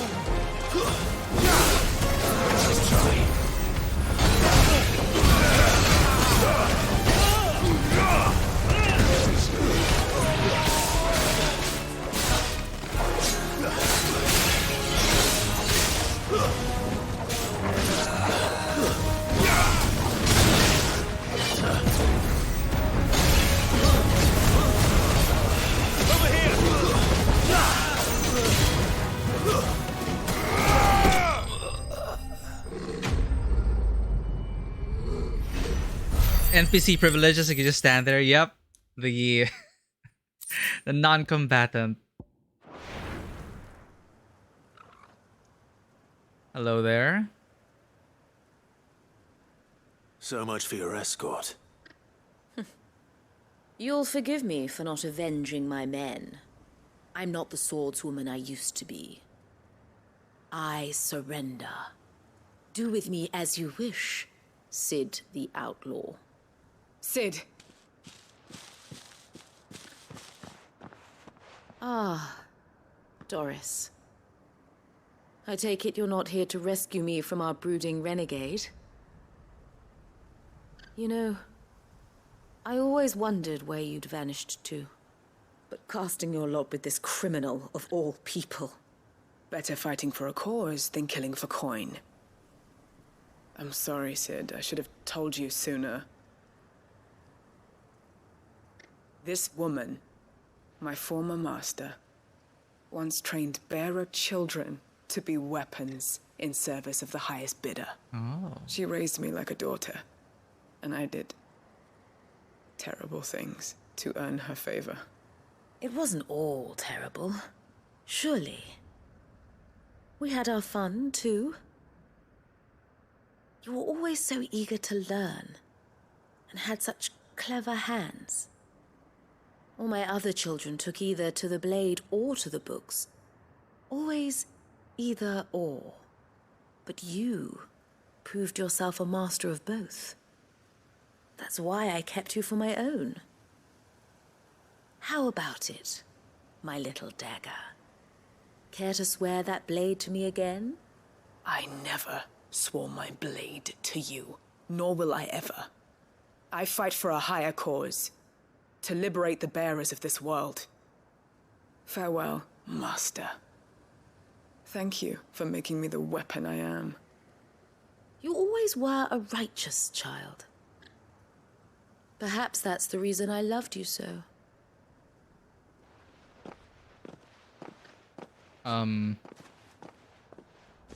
You were just saying? What do you want to do with her? NPC privileges. I am not the killer she wanted me to be. Not anymore. The price of And mercy, she no longer has Doris. friends in high places. The dame does, though. Her connections at the Imperial Court will see that justice is done. All right. If you're certain. I am. And thank you for everything. Now, I better let these bearers know that they're safe.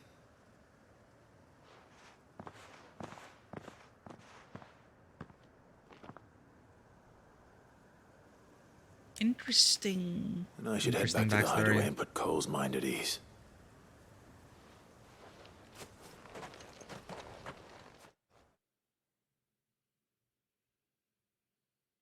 Like, I never... Like, it makes sense. I never thought of that. Like, of course you could train your bearers to be weapons. Welcome back, Sid. Doris's message just arrived. I hear you saved more bearers from being smuggled across the border. With any luck, they'll be joining us in the hideaway shortly. Oh, and your letter.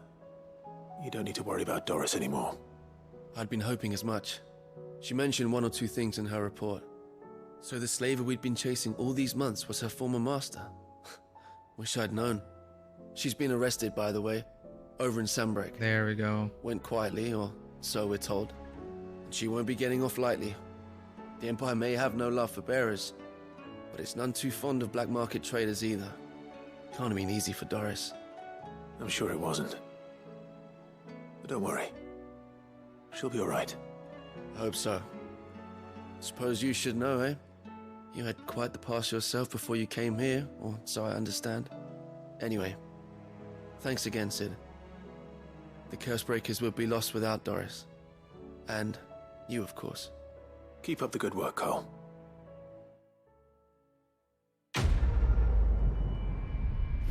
Another one down.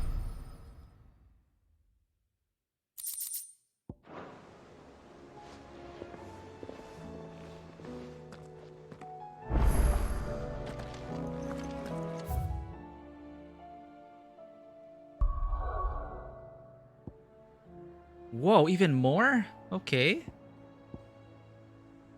Tabor and the Dalamil Inn. What's here? Crozet Echoes. Okay.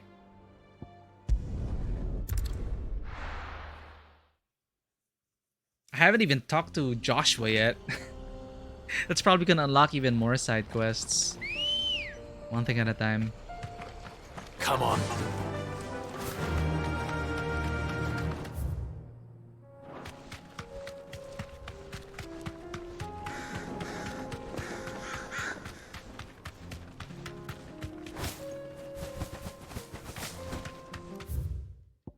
It's too bad Active Time Lord doesn't work on side quests.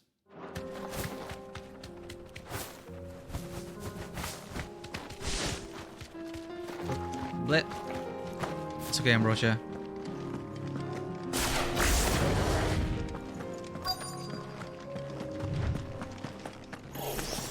Enough of you, are there?